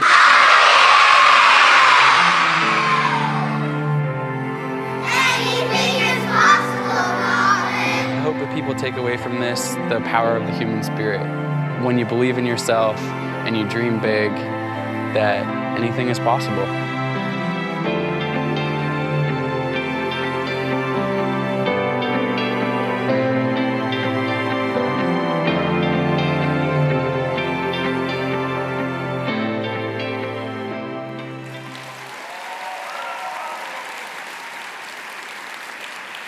So that project wrapped up May of last year, so just less than a year ago was when I set those 2 world records. But before we get into that, I want to take you guys back about 9 years ago, because my life looked nothing like this 9 years ago. I had just graduated from Yale University. Thank you. And I decided before settling into what I thought was a career in finance, I was going to go spread my wings, travel the world a little bit. So I took a backpack and a surfboard, some money I saved up from painting houses in the summer to go see the world. Went to Australia, New Zealand, and then eventually I ended up in Thailand. And this activity looked like a smart activity to me. So you can laugh, yes. Clearly not the smartest thing in the world. That is a flaming jump rope. And that was me jumping that flaming jump rope. So let this first part of the story be a cautionary tale. If you end up in Thailand, please do not do this, just like your chaperones don't want you doing any purpling this weekend. But believe it or not, in Thailand, actually, this is a fairly common activity. So thousands of people participate this every single night, and I was sort of lulled into a false sense of security. Normally, what will happen is if you trip, the rope just bounces off your legs, and nothing happens, kind of like putting your finger through a flame of a candle. Unfortunately for me, I wasn't so lucky, and the rope wrapped around my legs and engulfed my entire body up to my neck. The only thing that saved my life was that the ocean was about 10 steps away, so I ran completely on fire into the ocean, putting the flames out, but not before my body was severely burned, and I looked like this. And it was a very scary time for me because not only was I in Thailand, very far away from home, but I was also in a very rural part of Thailand. So I was driven on a moped down a dirt pathway into a tiny little hut that was smaller than the size of this stage, and that's the only medical care that I had. I underwent 8 surgeries in this small little hospital, and when I came out of the ICU every single day, there was a cat running around my bed. So you can imagine pretty much the last medical place that you'd want to end up in this type of situation. I'll show you this next photo, but won't bring mine out too long, but this is what my legs looked like. And that was actually 6 weeks after the burn, so this is actually me on the mend, let alone that day, but we won't dwell on that one for too long. But eventually, I finally stabilized, and thankfully, the thing that really saved my life was that my mother flew over to Thailand to be with me. So on the 5th day, my mom arrives to Thailand to sit by my bedside and look after me. And I know now that she was just as scared as I was. She admits now that she was crying in the hallways of the hospital, pleading with the doctors just for some good news. But the doctors were coming in every day and telling me, you know, it's likely you may never walk again normally. And as you can imagine, so I was 22 years old, just graduated college. I've been a collegiate swimmer, an active person my entire life. And even if I hadn't been an active person, being told you may never walk again is a pretty scary thing. But my mom came in, an amazing woman that she is, she came in and she never showed me her fear. She never let me know she was crying in the hospital wings. She came in with a smile on her face every single day into that hospital room. So I was saying to her like, Mom, my life is over, I'm screwed, I'm not gonna be able to walk, I don't know what I'm gonna do with my life. And she said, you know what, let's set a goal. Let's think about the future. You're gonna get out of here one day, what do you wanna do when you get out of here? She was saying anything she could to me. She was saying things like, if you can dream it, you can do it. And I was like, oh, all right, I guess I should listen to my mom, I'll play along, play this game. So we kind of started to think about different goals, different ideas that I could do when I got out of there. And being an athlete, I decided for whatever reason, I said, you know what, I'm gonna beat the odds, and one day I'm gonna complete a triathlon. So I wanted to swim a mile, ride 25 miles, and run 6.2 miles to complete a triathlon. And once that goal was fixed in my mind, I was just committed to it, 100%. So even before I could move my legs, I asked the Thai doctor, he was laughing, he thought it was crazy, but I said, you know what, I'm training for a triathlon now, and you saw what my legs looked like, but I bring in some weights, I want to start, working out. And they thought I was crazy over there, but it was the one thing keeping me positive. And so finally, after a few months, I was released from the hospital, and I flew back to the United States, to Portland, Oregon, where I'm from, and I was carried on and off that plane in Bangkok, carried into a wheelchair in Oregon, so I still hadn't taken a single step. And I was in my mother's kitchen. And my mom said to me, okay, you're sitting in your wheelchair. Well, I know you have this big triathlon goal out there, and I believe you can do it. But before you need to do that, you need to figure out how to take one single step. So I'm sitting in my wheelchair, and she pulls a chair from our kitchen table and places it one step in front of me. She says, all right, your big goal for today is to figure out how to take one step, to get from your wheelchair into this one chair right in front of you. It took me 3 hours that day to work up the courage and fight through the pain to get up out of that wheelchair and take that one single step. But eventually I did it. Next day I woke up and she had moved the chair 5 steps further. The next day she moved it 10. It was 3 weeks, but we were celebrating the day that I could get from the kitchen table, or excuse me, from the TV room to the kitchen table for dinner. That was a big celebration. It went on like this, month by month, step by step. But I never forgot about my goal. And so I was imagining getting back into this shape. This was me 5 years old at my very first ever swim race, and then this is me swimming in college. And I was just picturing this in my mind, wanting to one day complete this triathlon. So after a long year of rehab, sort of reality finally set in for me. I could kind of walk again a little bit, started to jog a little bit. At that point, jogging felt like flying, but it was a far cry from running a triathlon. And so I moved to Chicago, got a job in finance, kind of started what I thought would be my career. And I decided to sign up for the Chicago Triathlon. So it was about 18 months after my accident, 18 months after those doctors told me I may never walk again normally. I signed up for the triathlon and I started the race. I dove in, swam a mile in Lake Michigan, rode my bike 25 miles, ran as hard as I could to the finish line. And it was an incredible accomplishment for me to finish that race that day and to know that I had achieved the goal that I had set out when the odds were stacked so far against me.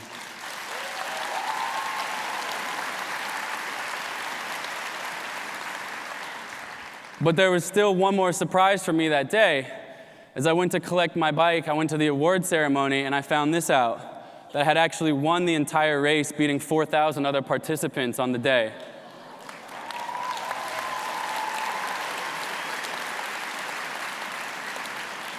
It was an incredible moment, to say the least. Certainly an amazing cherry on top to win this race with thousands of participants, my first triathlon ever. But for me, actually just finishing the race was the most meaningful because that had been my goal and that is what I'd been setting my mind onto. And at that point, there was a mental shift in me. I realized that my mom had given me an incredible gift, the gift to set a goal, to dream big, to think about amazing things in my future.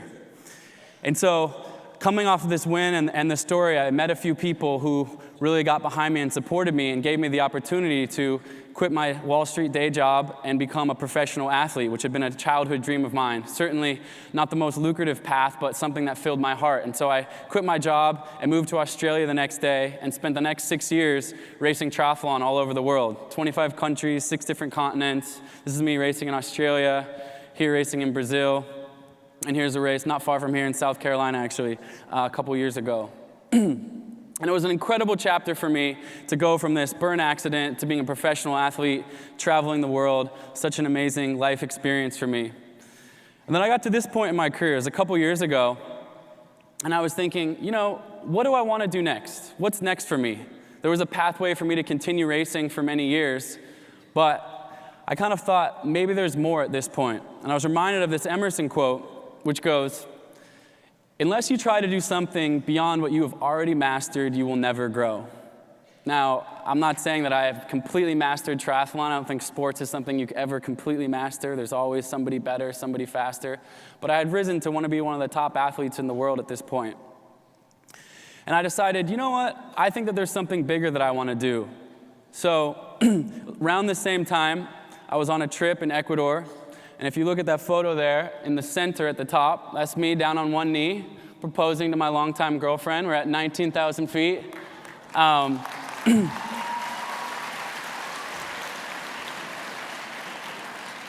We're at 19,000 feet on Ecuador's 3rd tallest mountain. So I'm not sure if it was the lack of oxygen to her brain, but she did say yes, which was great for me. And around the same time, we were having these same thoughts about what's next? What do we want to do together? And for me, I realized I still really wanted to push my body as an athlete, something I love to do. But I felt drawn to do that with a greater purpose. And so with the mountains surrounding us, dreaming about our future together, we hatched this plan to set this world record in mountaineering, which the first video showed you, for something called the Explorers Grand Slam. So to climb the tallest mountain on each of the 7 continents, known collectively as the 7 summits, as well as complete an expedition to both the North Pole and the South Pole. Now, fewer than 50 people in history have ever completed the Grand Slam, and I was aiming to be the very fastest person and set the new world record for speed. And the bigger mission behind it, and this is going back to that quote, was I wanted to do something more than my own sort of success or failure on the race course. I wanted to do something that impacted thousands, if not hundreds of thousands of people. And so for me, our mission was around inspiring kids to get outside, live active, healthy lives, set big goals, dream big. And it warms my heart to be in a room with people like yourselves who I know are leaders back in your communities all around Florida and the Cayman Islands and share this story with you. And hopefully it inspires you in your own lives. So that was our mission, but it was kind of a crazy thing to do. I was not a professional mountaineer. We didn't have any funding or support to do it. And so we just had an idea. But we took about 18 months working tirelessly. Jenna worked on it full-time with me. This is certainly not just my record. It's just as much hers as it is mine. Even though I climbed the mountain, she worked tirelessly in the background with all the media, with all the PR, sharing this story. And after a year and a half of work, it was finally time to set sail on this adventure. So Christmas Day of last year, I disembarked for Antarctica, and the first expedition up was the South Pole.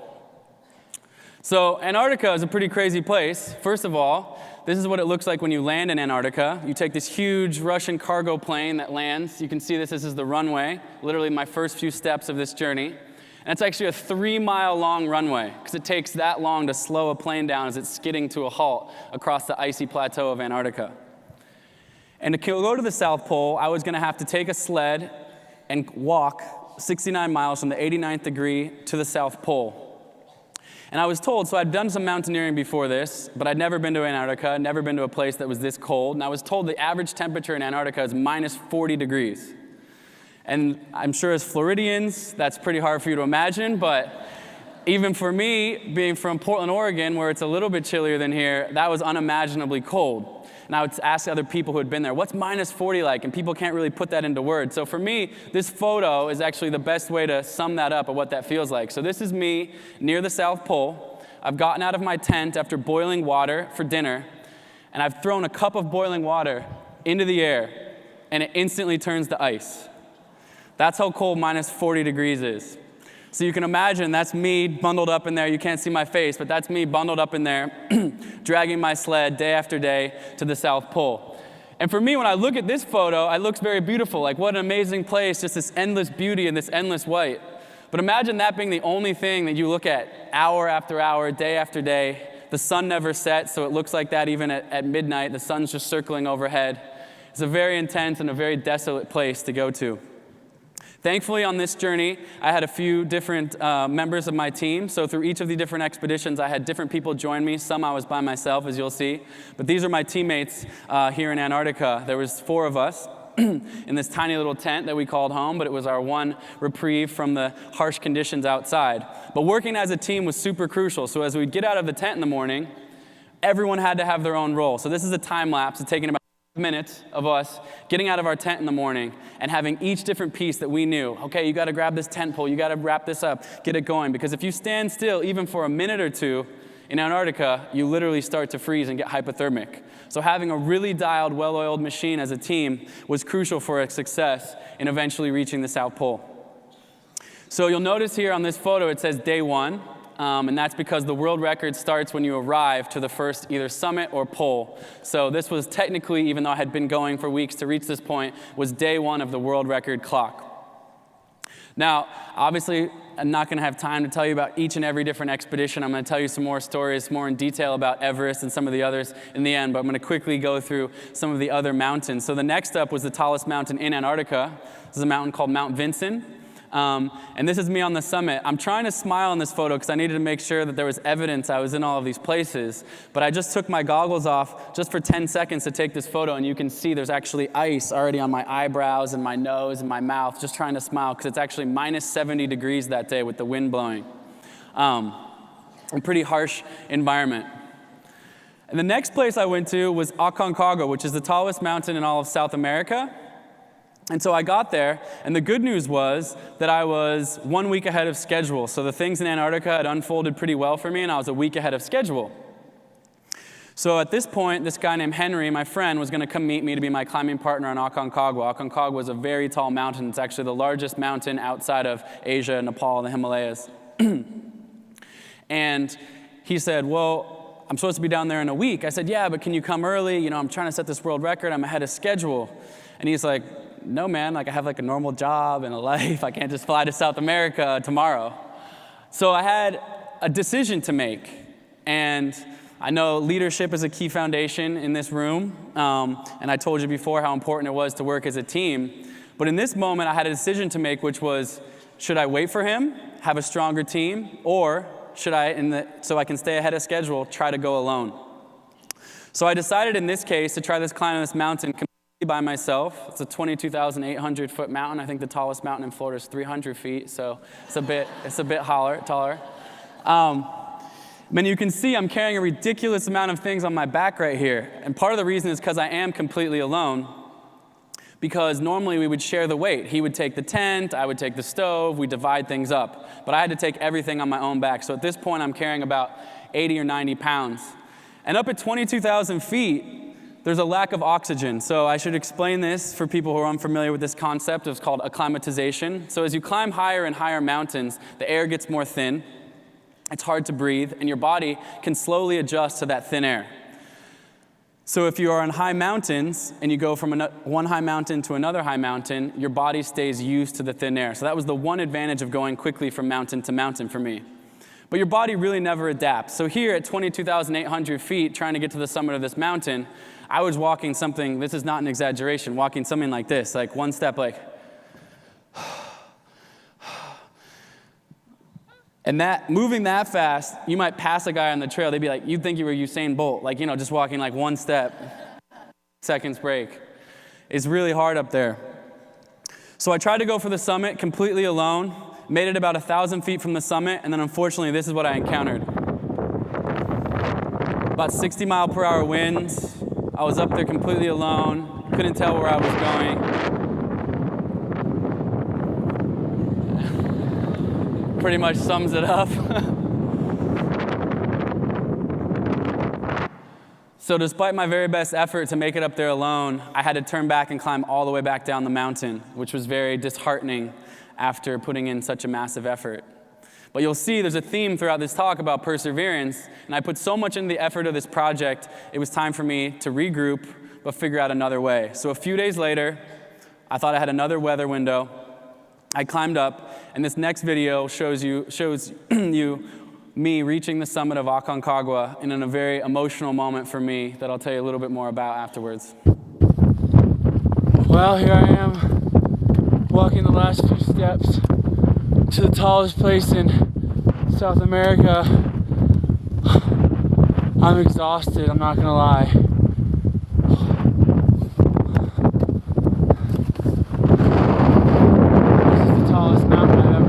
After having to turn around in the Himalayas earlier.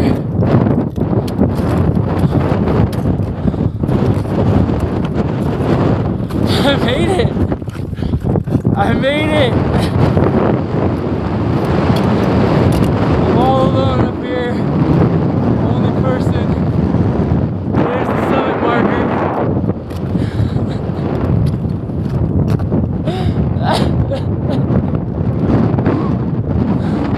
It was really hard today. All the kids and all the family, everyone out there cheering me on, made this possible.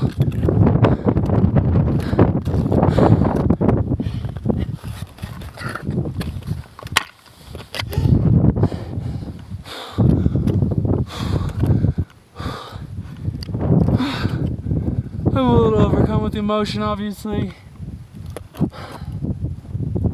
I did it! Woo! Tallest mountain I've ever climbed.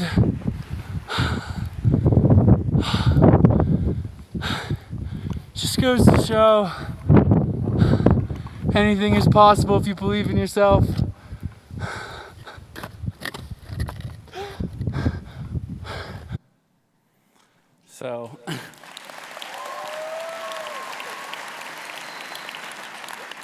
So as you can see, it's kind of a funny thing to be up on the tallest mountain you've ever climbed in your life, completely alone, crying into your GoPro. But it's a very special moment for me because as you can see, as my mind is sort of just digesting everything that I'm experiencing, it's not about just this one summit. I'm thinking about Jenna back home, I'm thinking about the family, I'm thinking about the thousands of kids that are following along on social media and cheering me on, and really about the totality of this entire project. And this is that moment where it really just hit me of everything that I was setting out to accomplish and the impact that it was having. And it was just also a very special moment, I think, to show that sometimes it's great to celebrate our incremental achievements. You know, I wasn't there, I wasn't the finish line, this wasn't me setting a world record, but it was a special moment on the way. And I think letting those emotions out in those moments are a very beautiful thing. So next up was Mount Kilimanjaro. And I explained before that because I was acclimatized from other mountains, this was the next mountain. Usually Mount Kilimanjaro takes about a week to climb, 6-7 days in general. Actually, Jenna and I climbed it together in 2013, the only one of these mountains I had previously climbed. And I decided I want to see how fast I could climb Mount Kilimanjaro. So I attempted to climb Kilimanjaro in one single day. I successfully did it in 11 hours from the base to the summit. And as you can see here, not before dark though, so I got up there in the middle of the night.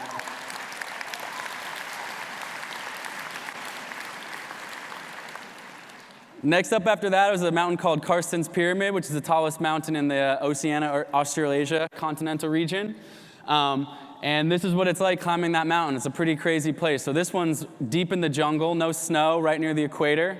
A lot of technical rock climbing, and there's about 2,000 feet of air on either side of me as I crossed this. So no shortage of fears that had to be faced. I'm trying to smile in this photo, I think, but that's complete bluster. I'm pretty scared out of my mind and trying to focus on getting across safely.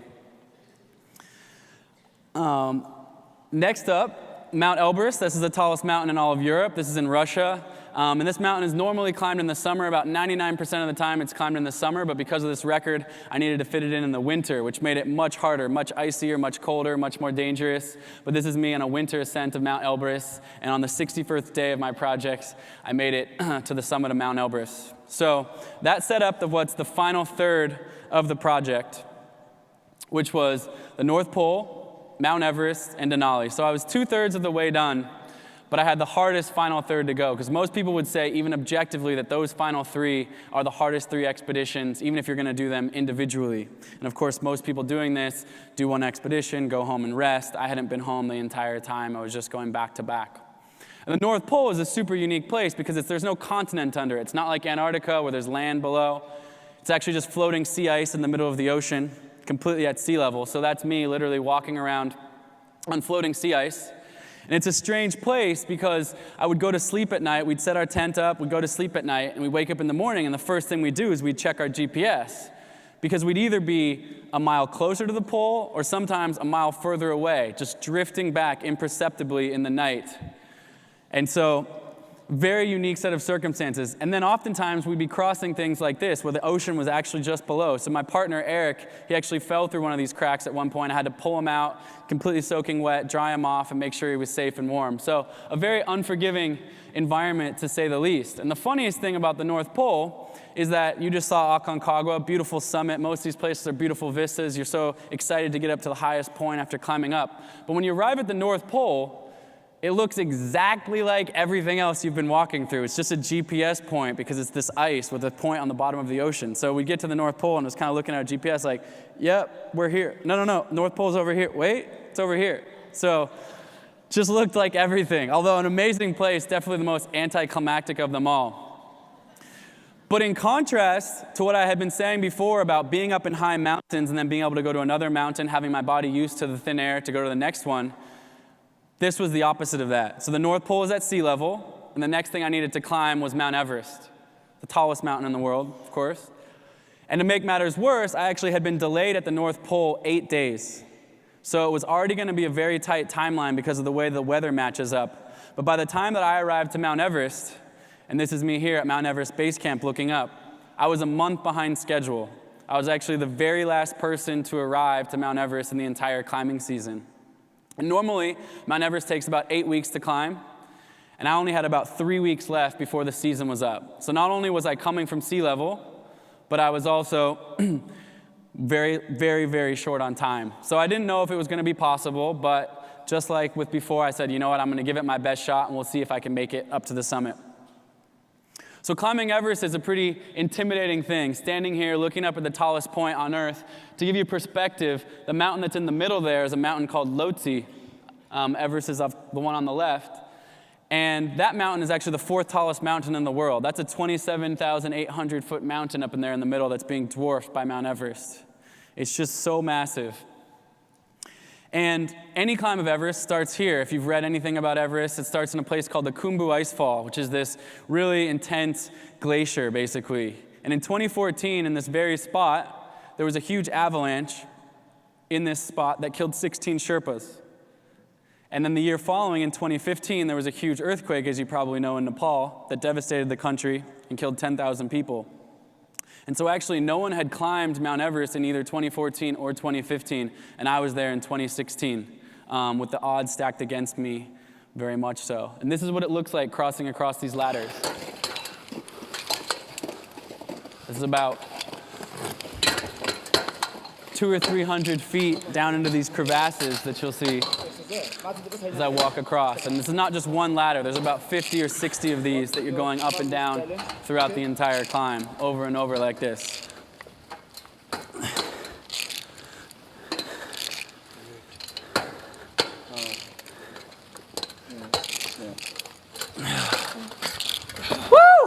So, even though I did it a lot of times, I was still happy, hooting and hollering when I got to the other side safely. The next part of Mount Everest climb is a part called the Lhotse face. This is a very steep, sort of 5,000-foot ice face that you need to climb up. So the way Everest works is there's base camp, like I showed you, and then there's 4 camps progressively higher on the mountain. Camp 1, Camp 2, Camp 3, Camp 4, and from Camp 4 you go to the summit. And the reason there's those camps is because as you slowly move up the mountain, your body acclimatizes. So I wasn't climbing with any guides or any guided trip or anything like that. I was there with just me and my climbing partner, a Sherpa by the name of Pasang Bodhi, who I knew from climbing in Nepal previously. So it was just the 2 of us. And we saw there was an opportunity to go for the summit. There looked to be a big small weather window opening up to climb to the summit. So we decided, we were at Camp 2 at this moment, if we could skip Camp 3, go from Camp 2 to Camp 4 in one single push, and then try to make it to the summit. And this was that day. And this is me rounding right up to the place called the Geneva Spur, which is right up out Camp 4. And you can see now that mask that I have on me is an oxygen mask, so I'm breathing supplemental oxygen. And it's not like that makes it feel like you're back down here at sea level. It's still very hard to breathe. You're still walking incredibly slowly, but it's just enough to keep you moving. And unfortunately, as we got to this point, it looks like a beautiful, perfect day, and it was. And then suddenly, the weather shifted. 50, 60 mile per hour winds blew in. It took us 2 hours to set up our tent that night, and we knew that there was no way we were going to make it to the summit. And so we had no choice but to wake up the next morning and descend, and this is me talking about that moment. Well, I have to descend now because I'm stuck in this windstorm. It's painful because it's clear skies. The summit feels like it's just right there, but we're just getting blown around way too much here. Way too dangerous to risk going all the way up to the top right now. Well, I've just come down from Camp 4 after having to turn around due to weather. A lot of people, if they go to 4 and they come down, there's no going back for sure. That's it for them. That's a one-way ticket. Yeah, not for me. Whew, disappointing. Really, really disappointing. It appears I still have Everest, so I'm going up there soon. Yeah. So that's me kind of trying to give myself a pep talk, although it's not that convincing, I don't think. But if you look closely on that photo on my cheek, actually, there's a little bit, we've lost the photo, but there's a little bit of frostbite actually forming on my cheek that I don't know from that windstorm. So I don't even actually realize how bad a shape I'm in at this point, but it's not looking good for me, and I go back down to Camp 2. And it's very rare that people climb up to Camp 4, spend a night. It's known as the death zone because your body literally can't survive up there for more than a couple of days, tops. It's very rare that people will go up there, come back down, and have a second attempt on Everest. But I was very determined, and a few days later, a weather window opened up, and Pasang Bodhi and I decided to give it another shot. So this is us back at Camp 4. And this is us looking up. That's actually the summit there in the distance, and those lights are other climbers, other headlamps out there in the middle of the night climbing. But I had seen how quickly the weather can change on Everest. And so I was actually very afraid in this moment because I saw how bad a storm suddenly can blow in. And that's why people oftentimes perish on this mountain. And I knew the history.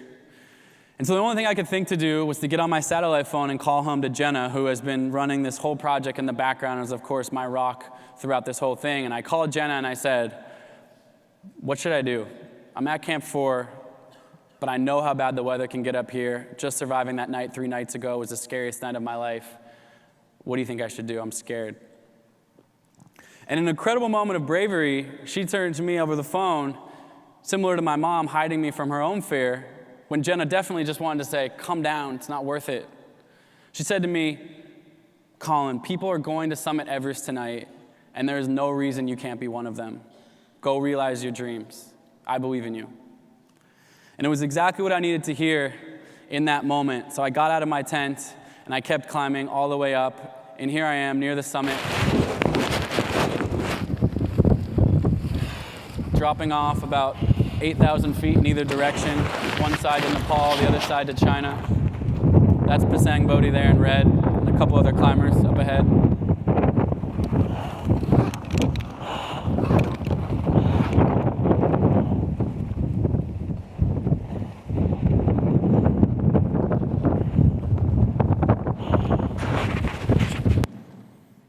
And about 30 minutes later, I reached the summit of Mount Everest.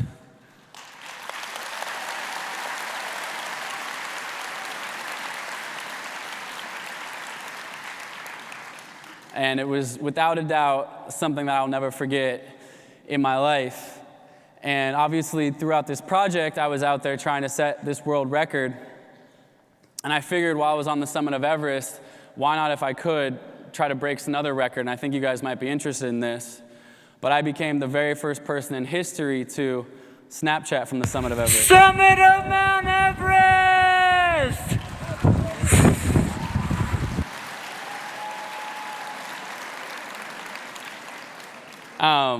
No, jokes aside, I was the first. But one of the things that was actually really cool about this was that Snapchat featured this, and they featured our story throughout, and we got more than 40 million views throughout that time, which, again, is not to pat myself on the back, but it was an amazing way to share this journey, particularly with young people, give them an eye into the adventure, dreaming big, exploration. And so I really am proud of our ability to share this story in that way, and that was fun for me because honestly, I'm 32 years old, and Snapchat, I didn't quite get it at first, so my younger cousin schooled me, and now I think it's very cool and awesome. So first person to Snapchat from Everest. Anyways, I climbed back down the mountain. Any good mountaineer will tell you that the summit really is only halfway. It's not till you get back down on the mountain safely that you're safe and you can celebrate. Unfortunately, about 80% of climbing accidents do happen on the descent. This same night that I climbed Everest, 3 climbers passed away. Not anyone who I knew or saw, but it definitely put into perspective the serious nature of what it means to climb Mount Everest. And I got back down to Camp 4, where my tent was waiting for me. I was obviously exhausted. I got back on the sat phone, called Jenna. I said, I made it. She said, great. How you feeling? I said, no, I'm great. No frostbite, no injury. She said, oh, we're getting some reports from base camp radios that there's been, some things happening up there, but you're fine. I said, yeah, I'm completely fine. I'm exhausted, but I'm fine.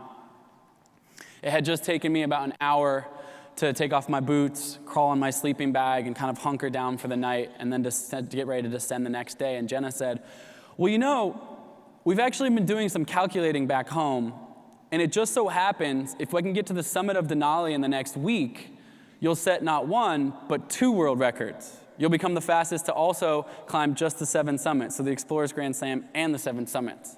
And I was like, what? Denali in a week? She said, I was like, what's that going to take? She says, well, I need you to put your boots back on right now. I need you to climb all the way back down to base camp. And base camp, there's a helicopter that's going to be waiting for you. That helicopter is going to take you to Kathmandu. There's no time for you to stay overnight in a hotel, but there's an evening flight that will take you to Dubai, Seattle, Anchorage, and then you can start climbing Denali. And I know that Denali takes about 3 weeks to climb generally, but if you can get up there in the next 3 or 4 days, you will set the other world record. What do you think? I know you're competitive. Give it a shot. I didn't really know what to think, but she knows me pretty well, and I guess I know better than to disobey. So I put my boots back on and climbed back down to base camp, and somehow her crazy plan worked out, and 100 hours after I was on the summit of Mount Everest, I was here at the base of Denali, climbing up my very last mountain. And so Denali, of course, is the tallest mountain in all of North America, up in Alaska. And for me, it was the 9th expedition and the last of my Explorers Grand Slam journey. So an old friend of mine, a guy named Tucker Cunningham, who I grew up swimming with, met me over there to finish this climb with me. He's a great climber and an old friend, so it was fun to have him over there waiting for me to finish this last climb. And we climb up to 14,000 feet. Denali's at 20,000 feet, but we climb up to 14,000 feet where there's one of the main base camps. And we need to summit in the next 24 hours for me to break the 2nd world record. And we're about to go into bed at night, and then this is what the weather turns to.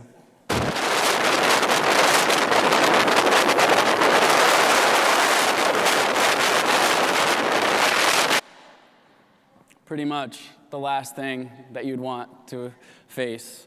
And unfortunately, because of the geography of Alaska, Denali's known for storms that don't just last 12 hours or a quick weather system. Because the clouds are coming in right off the Bering Sea there, they last often 7 days, 10 days. It's very common for people to get pinned down in their tent for a week at a time on that mountain. And that's what the weather forecast was calling for. And so I had no choice but to go to bed that night and just kind of somehow, let's remain optimistic. We'll check the weather in the morning. Maybe we'll have a shot to go for it. But neither of us were feeling very confident or willing to climb through weather like that. So we went to bed that night. And this next video is me waking up the following morning in my tent alone. He's in the next tent over.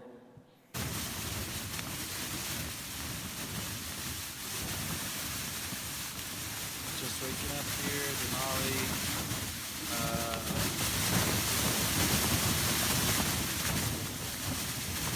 Thinking about maybe going for the summit. I think the winds have died down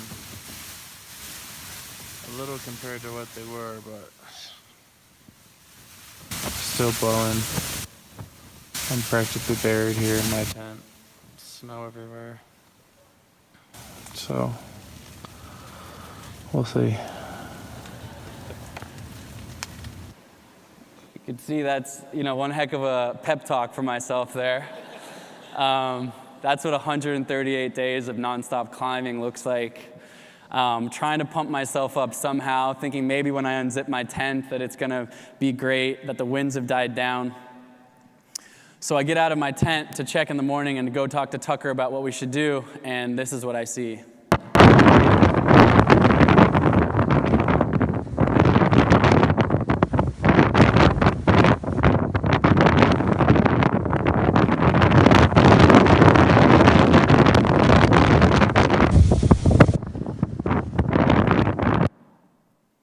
So obviously I've been fooling myself to think the winds had died down. So it was decision time for us. It was about, the Rangers told us that they had recorded 80-mile-per-hour wind gusts that night, the highest of the entire season. It was minus 60 wind chill. And we were at 14 camp, and most people climb from 17,000-foot camp, so we're actually 2 camps below the summit, but we would have to do that in a single push. So Tucker and I talked it over, and both of us thought that it was very unlikely we were going to be able to make it to the summit. But then I was remembered of one of my all-time favorite quotes, and I said this to him. It's a quote that goes like this. It says, "He who says he can and he who says he can't are both usually right." And so I said to Tucker, Tucker, do you think we can climb for 15 minutes? And he was like, man, I'm here for you. Whatever you want, man. I'll strap my boots on. We can go walk around for 15 minutes in this wind and get our butts kicked. Sure, why not?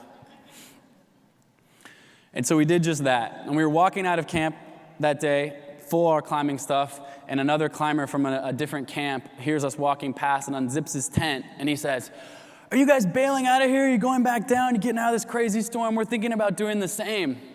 And we said, no, man, we're going for the summit. And he was like, "Get back in your tent. No one's climbing today." But we continued on 15 minutes, After 15 minutes, we checked in, went 15 more. 15 minutes turned into a half hour turned into an hour, 2 hours. Then about 3 hours into the climb, this happened, which was hard to tell what that is, but that's my pant leg. And the zippers on my pants just suddenly, maybe because I've been wearing them for over 100 days straight, completely busted apart. My wristwatch, which I hadn't taken off in 4.5 months, the strap completely broke, fell on the ground. So the wheels were just falling off the bus. We're in a huge storm, my gear is failing me. I don't know what's going on, but I think we gotta find a way. So Tucker pulls out a couple of straps and some duct tape around my leg, try to keep going, and we keep moving forwards. The one lucky thing that did happen for us is the wind never died down. It was consistently 50-mile-per-hour winds, some larger gusts. A couple of gusts actually knocked us completely off of our feet. But the weather cleared enough that we could see where we were going. There was a little bit of sunlight, so at least we weren't completely invisible in the clouds. And after 12 hours of climbing that day, we reached this moment, which was the summit of Denali and my finish line. That little post is the final marker on top of Denali. These are my last steps.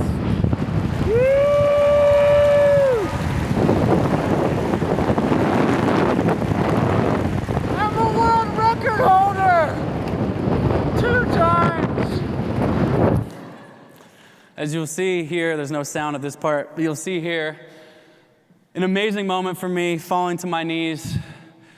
You'll see this look on my face. I'm not sure if that's excitement, relief, exhaustion, a little bit of everything. But it's an incredible moment to share with Tucker, and I'm certainly cataloging in my mind at this point everything that it took to get here. Going back to that wheelchair, being back there in that kitchen table, or that kitchen, my mom putting the one chair in front of me, my triathlon career, the support of Jenna and building this project for 2 years together, and what it means to not just me, but to the many others we were trying to share this story with. And so, to conclude this talk, I kind of want to bring the whole focus of this back into this room.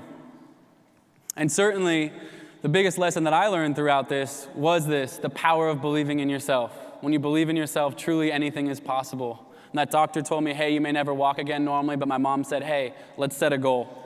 It was unimaginable at that time that I would even take a few steps, let alone climb the tallest mountains in the world, set 2 world records. I'm still kind of in disbelief by it myself, to be honest. But it's a very powerful lesson that I want you all to think about. And this next video that I want to share with you comes from one of our largest campaigns that we did throughout this project. So as I showed you, I was sharing all of this story via social media, sharing it all over the country, and hundreds of thousands of people eventually were following along. And one question we asked students, this next video is younger students than yourselves, this is elementary school students, but this applies not just to students, this applies to young students, it applies to students of high school, college, adults. Question I asked myself, which is one simple question, which is, what is your Everest? My Everest was climbing Everest in this case, but I have many more Everests to climb. But what's that big goal that you're thinking about? So I'm going to play this video for you, and then we'll talk a little bit more about that in a second. I'm on the summit of Mount Everest, top of the world. No words can describe. My Everest is to become a professional soccer player. My Everest is to open my own restaurant and get famous. My Everest is to get the snow leopards off the endangered animal list. To become a worldwide fencing player. To become a doctor. Be in the NFL Hall of Fame. To be an MLS soccer player. My Everest is to become a vet.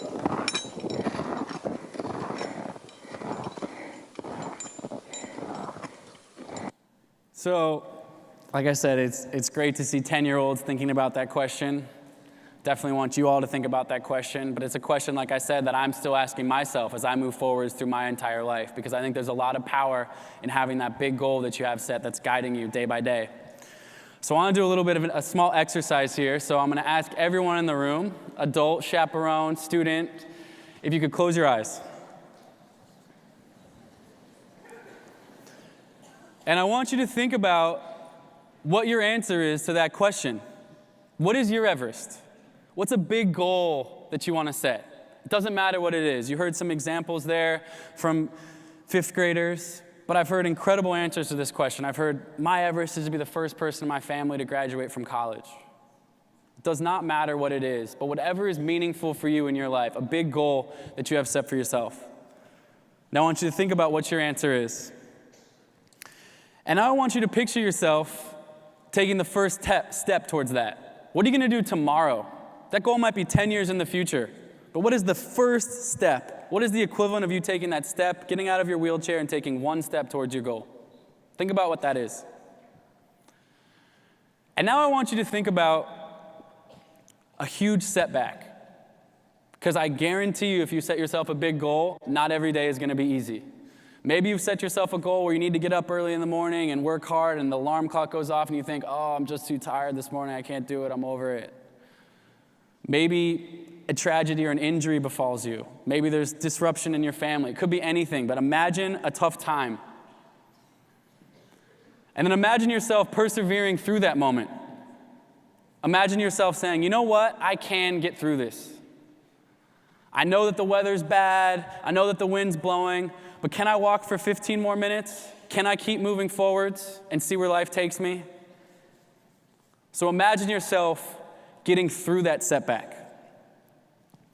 And now finally, I want you to imagine yourself taking those last few steps, like me with that yellow jacket, taking those last few steps after 139 days and really years in the making of that moment.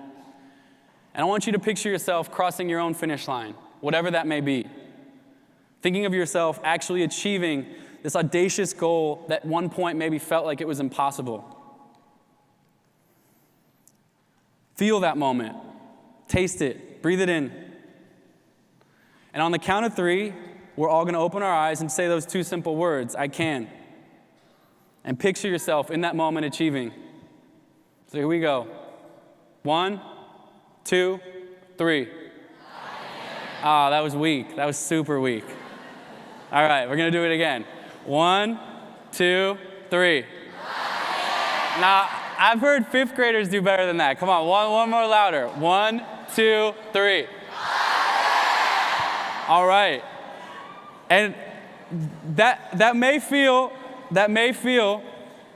because you guys are too cool for school, high schoolers, I know what it's like, I've been there. That may feel a little bit cheesy to you, but I promise you this, by saying those 2 words, by imprinting that, by feeling what it is to feel that energy of saying, I can do this while you're thinking about your goal, there's power in that. There's power in announcing your goal. And the other thing that there's power in is asking your friends, maybe when we're walking out of here tonight, say, what were you visualizing? What were you thinking about? Because then you can be accountable to what your answer to that question is. So the very last thing that I want to share with all of you, one last little bit, is, I guess, 2 things. One big piece of advice. Any goal that you set, no matter what it is, big or small in this room that you were thinking about, there's one piece of advice that I think can help guide any of that, which is my mission, which is to start with a healthy foundation. It sounds really simple, but eating healthy, getting a bit of exercise, getting outside, moving your body will help you succeed. Even if you set an academic goal, even that, I can guarantee you that. But the big thing I want to share with you is this rock. This is a rock that I carry around with me in my pocket every single day now, and it's a rock that I took from the summit of Mount Everest. And it's a daily reminder for me, if you remember that photo of me standing at the base of Mount Everest looking up at this huge mountain, it seemed unattainable. Or being in that wheelchair, being told I may never walk again, and trying to figure out how to take a single step. This rock reminds me that even Mount Everest, the biggest of all mountains, can be broken down to the smallest stones. And as you guys move forwards and go on to achieve your Everest, imagine this rock and keep stacking these little rocks day by day, one little thing, and I promise you that these little rocks will stack up to the summit of your Mount Everest. Thank you.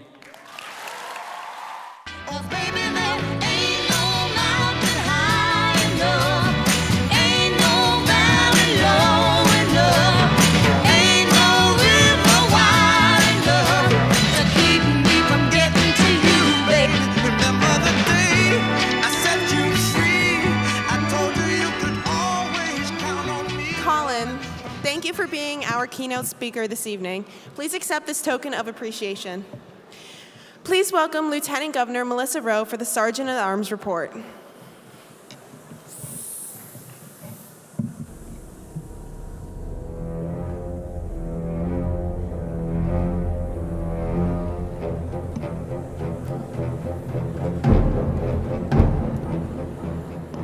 Hello, everyone. My name is Melissa Rowe, and I will be serving as your Sergeant of Arms this year.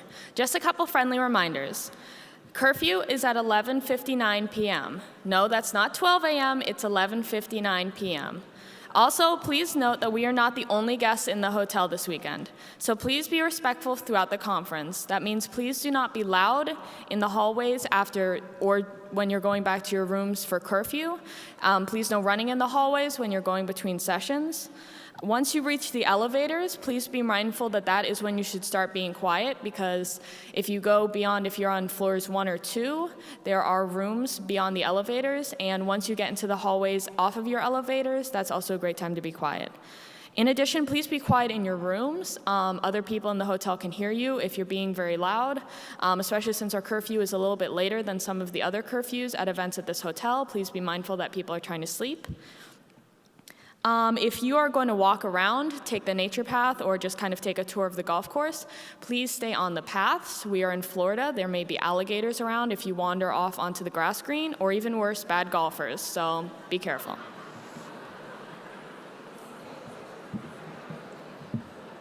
And lastly, if you have lost an item or found a missing item, Lost and Found is located at the registration desks. We will now move on to the Spirit Stick presentation. So if we could bring it out. What we're going to do for this, when I call your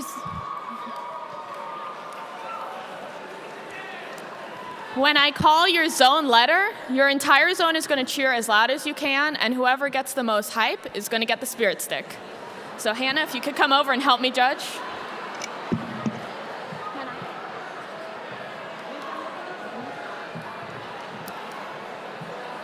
Zone A.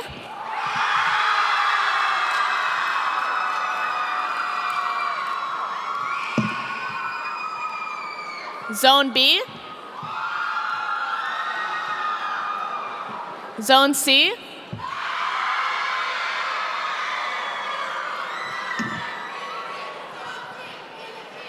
Zone D. Bonus points for the sticks, the blowies. Zone E. Oh, they're louder than something.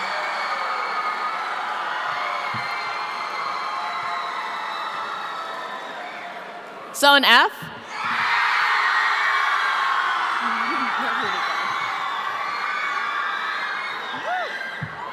Zone G.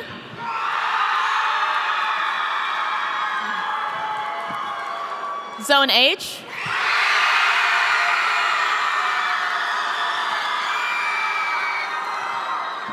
Zone I.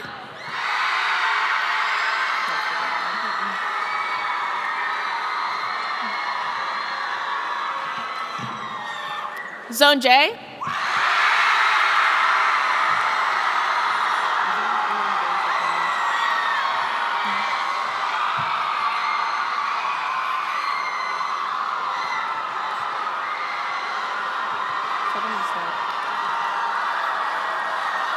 Should I just say the next one? Yeah. Zone K25. Is that all of them?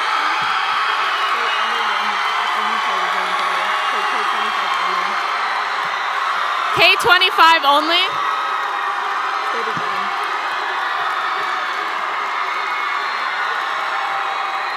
Zone K, chill. Calm down.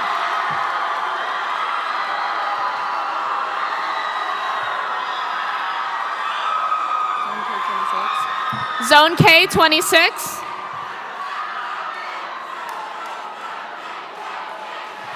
Zone K25, Zone E, and Zone J. Zone L. So Zone K25, Zone E, Zone J. Okay, after M. Zone M. So we're going to have EJ.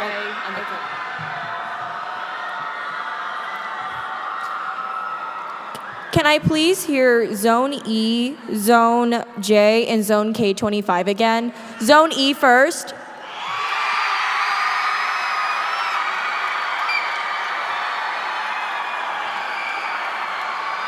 Okay. Zone J.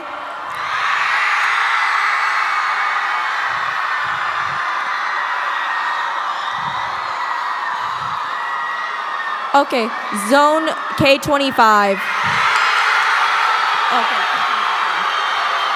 All right, all right, settle down. And the spirit stick goes to Zone K25. This is my fight song. Take back my life song. Prove I'm alright song. My power's turned on. Starting right now. I'll be strong. I'll play my fight song. And I don't really care if nobody else believes. 'Cause I've still got a lot of fight left in me. Losing friends and I'm chasing sleep. Everybody's worried I'm too deep.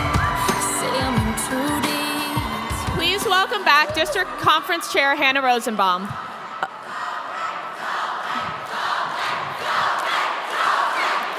Okay, please settle down. These are announcements for DCON. Note the following corrections in your program. On pages 3 and 4 in your schedule at a glance, workshops end at 2:50, followed by 3:15 at Meet Your Lieutenant Governor. On page 30 in the workshop session 3, it ends at 2:50. Please mark that it ends at 2:50 for workshop 3. The times are also correct in the DCON app. Also, there have been changes in some workshop topics due to cancellations of outside presenters. Consult the DCON app for the correct topics. Please pay attention to these announcements about meals. You must turn in a meal ticket to receive a meal except for Saturday night banquet, so remember your tickets to the meals. We suggest that you write your name and school on the back of every meal ticket so that if they are lost, they might be returned. When you go through the line for every meal, you may only pick up your own meal. You cannot pick up meals for other people. Meals are not an all-you-can-eat buffet. You may go through the meal line only once. If you requested special meals, those are noted on the back of your name badge. Only individuals with such notation on their badges will be able to receive special meals. You must show the back of your badge to the server to receive a special meal. There are some clubs attending the conference who have not entered the voting delegates at House of Delegates, but may have not picked up the House of Delegates admission tickets. It is very important for every club to exercise the right to vote, but please do so if you have a ticket to enter the House and vote. Delegates who have picked up their admission tickets should go to the registration desk immediately following the session to register. Adults, if you did not attend the chaperones meeting this afternoon, please stop by the registration desk and pick up a copy of the notes. You're responsible for knowing any information provided in the meeting. Adults, we need a few volunteers to help us monitor the hotel halls for a few minutes after curfew. If you can work one or more of the nights in this capacity, please stop by the registration desk and sign the volunteer sheet. The Creek Ice Cream Creamery is providing the Key Club Conference attendees with a 15% discount and extended hours each evening. Enjoy. Please keep in mind that if you order food from outside the hotel, you must consume that food in your hotel rooms, not in the hotel public areas. We ask chaperones to please enforce this hotel rule. Remember to be quiet around the hallways around 11 p.m. and that you must be in your rooms around midnight. Chaperones, if we find your students in the hallways after midnight, we will call you to come in their room to explain the rules. Thank you. This concludes my announcements.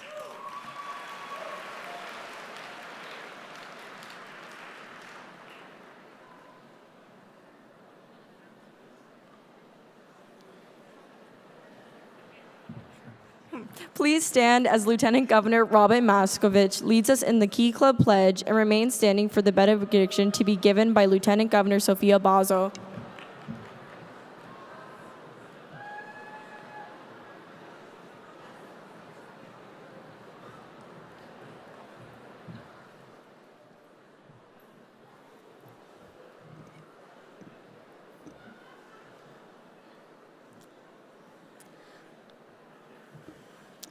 I pledge on my honor to uphold the objects of Key Club International, to build my home, school, and community, to serve my nation and God, and to combat all forces that tend to undermine these institutions.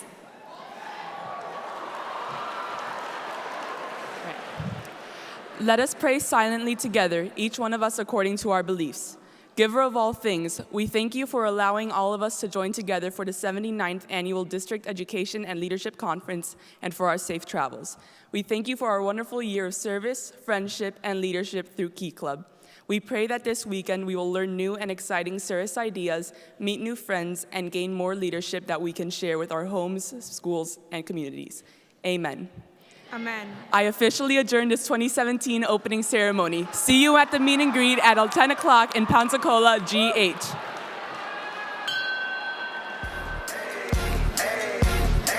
I got a condo in Manhattan.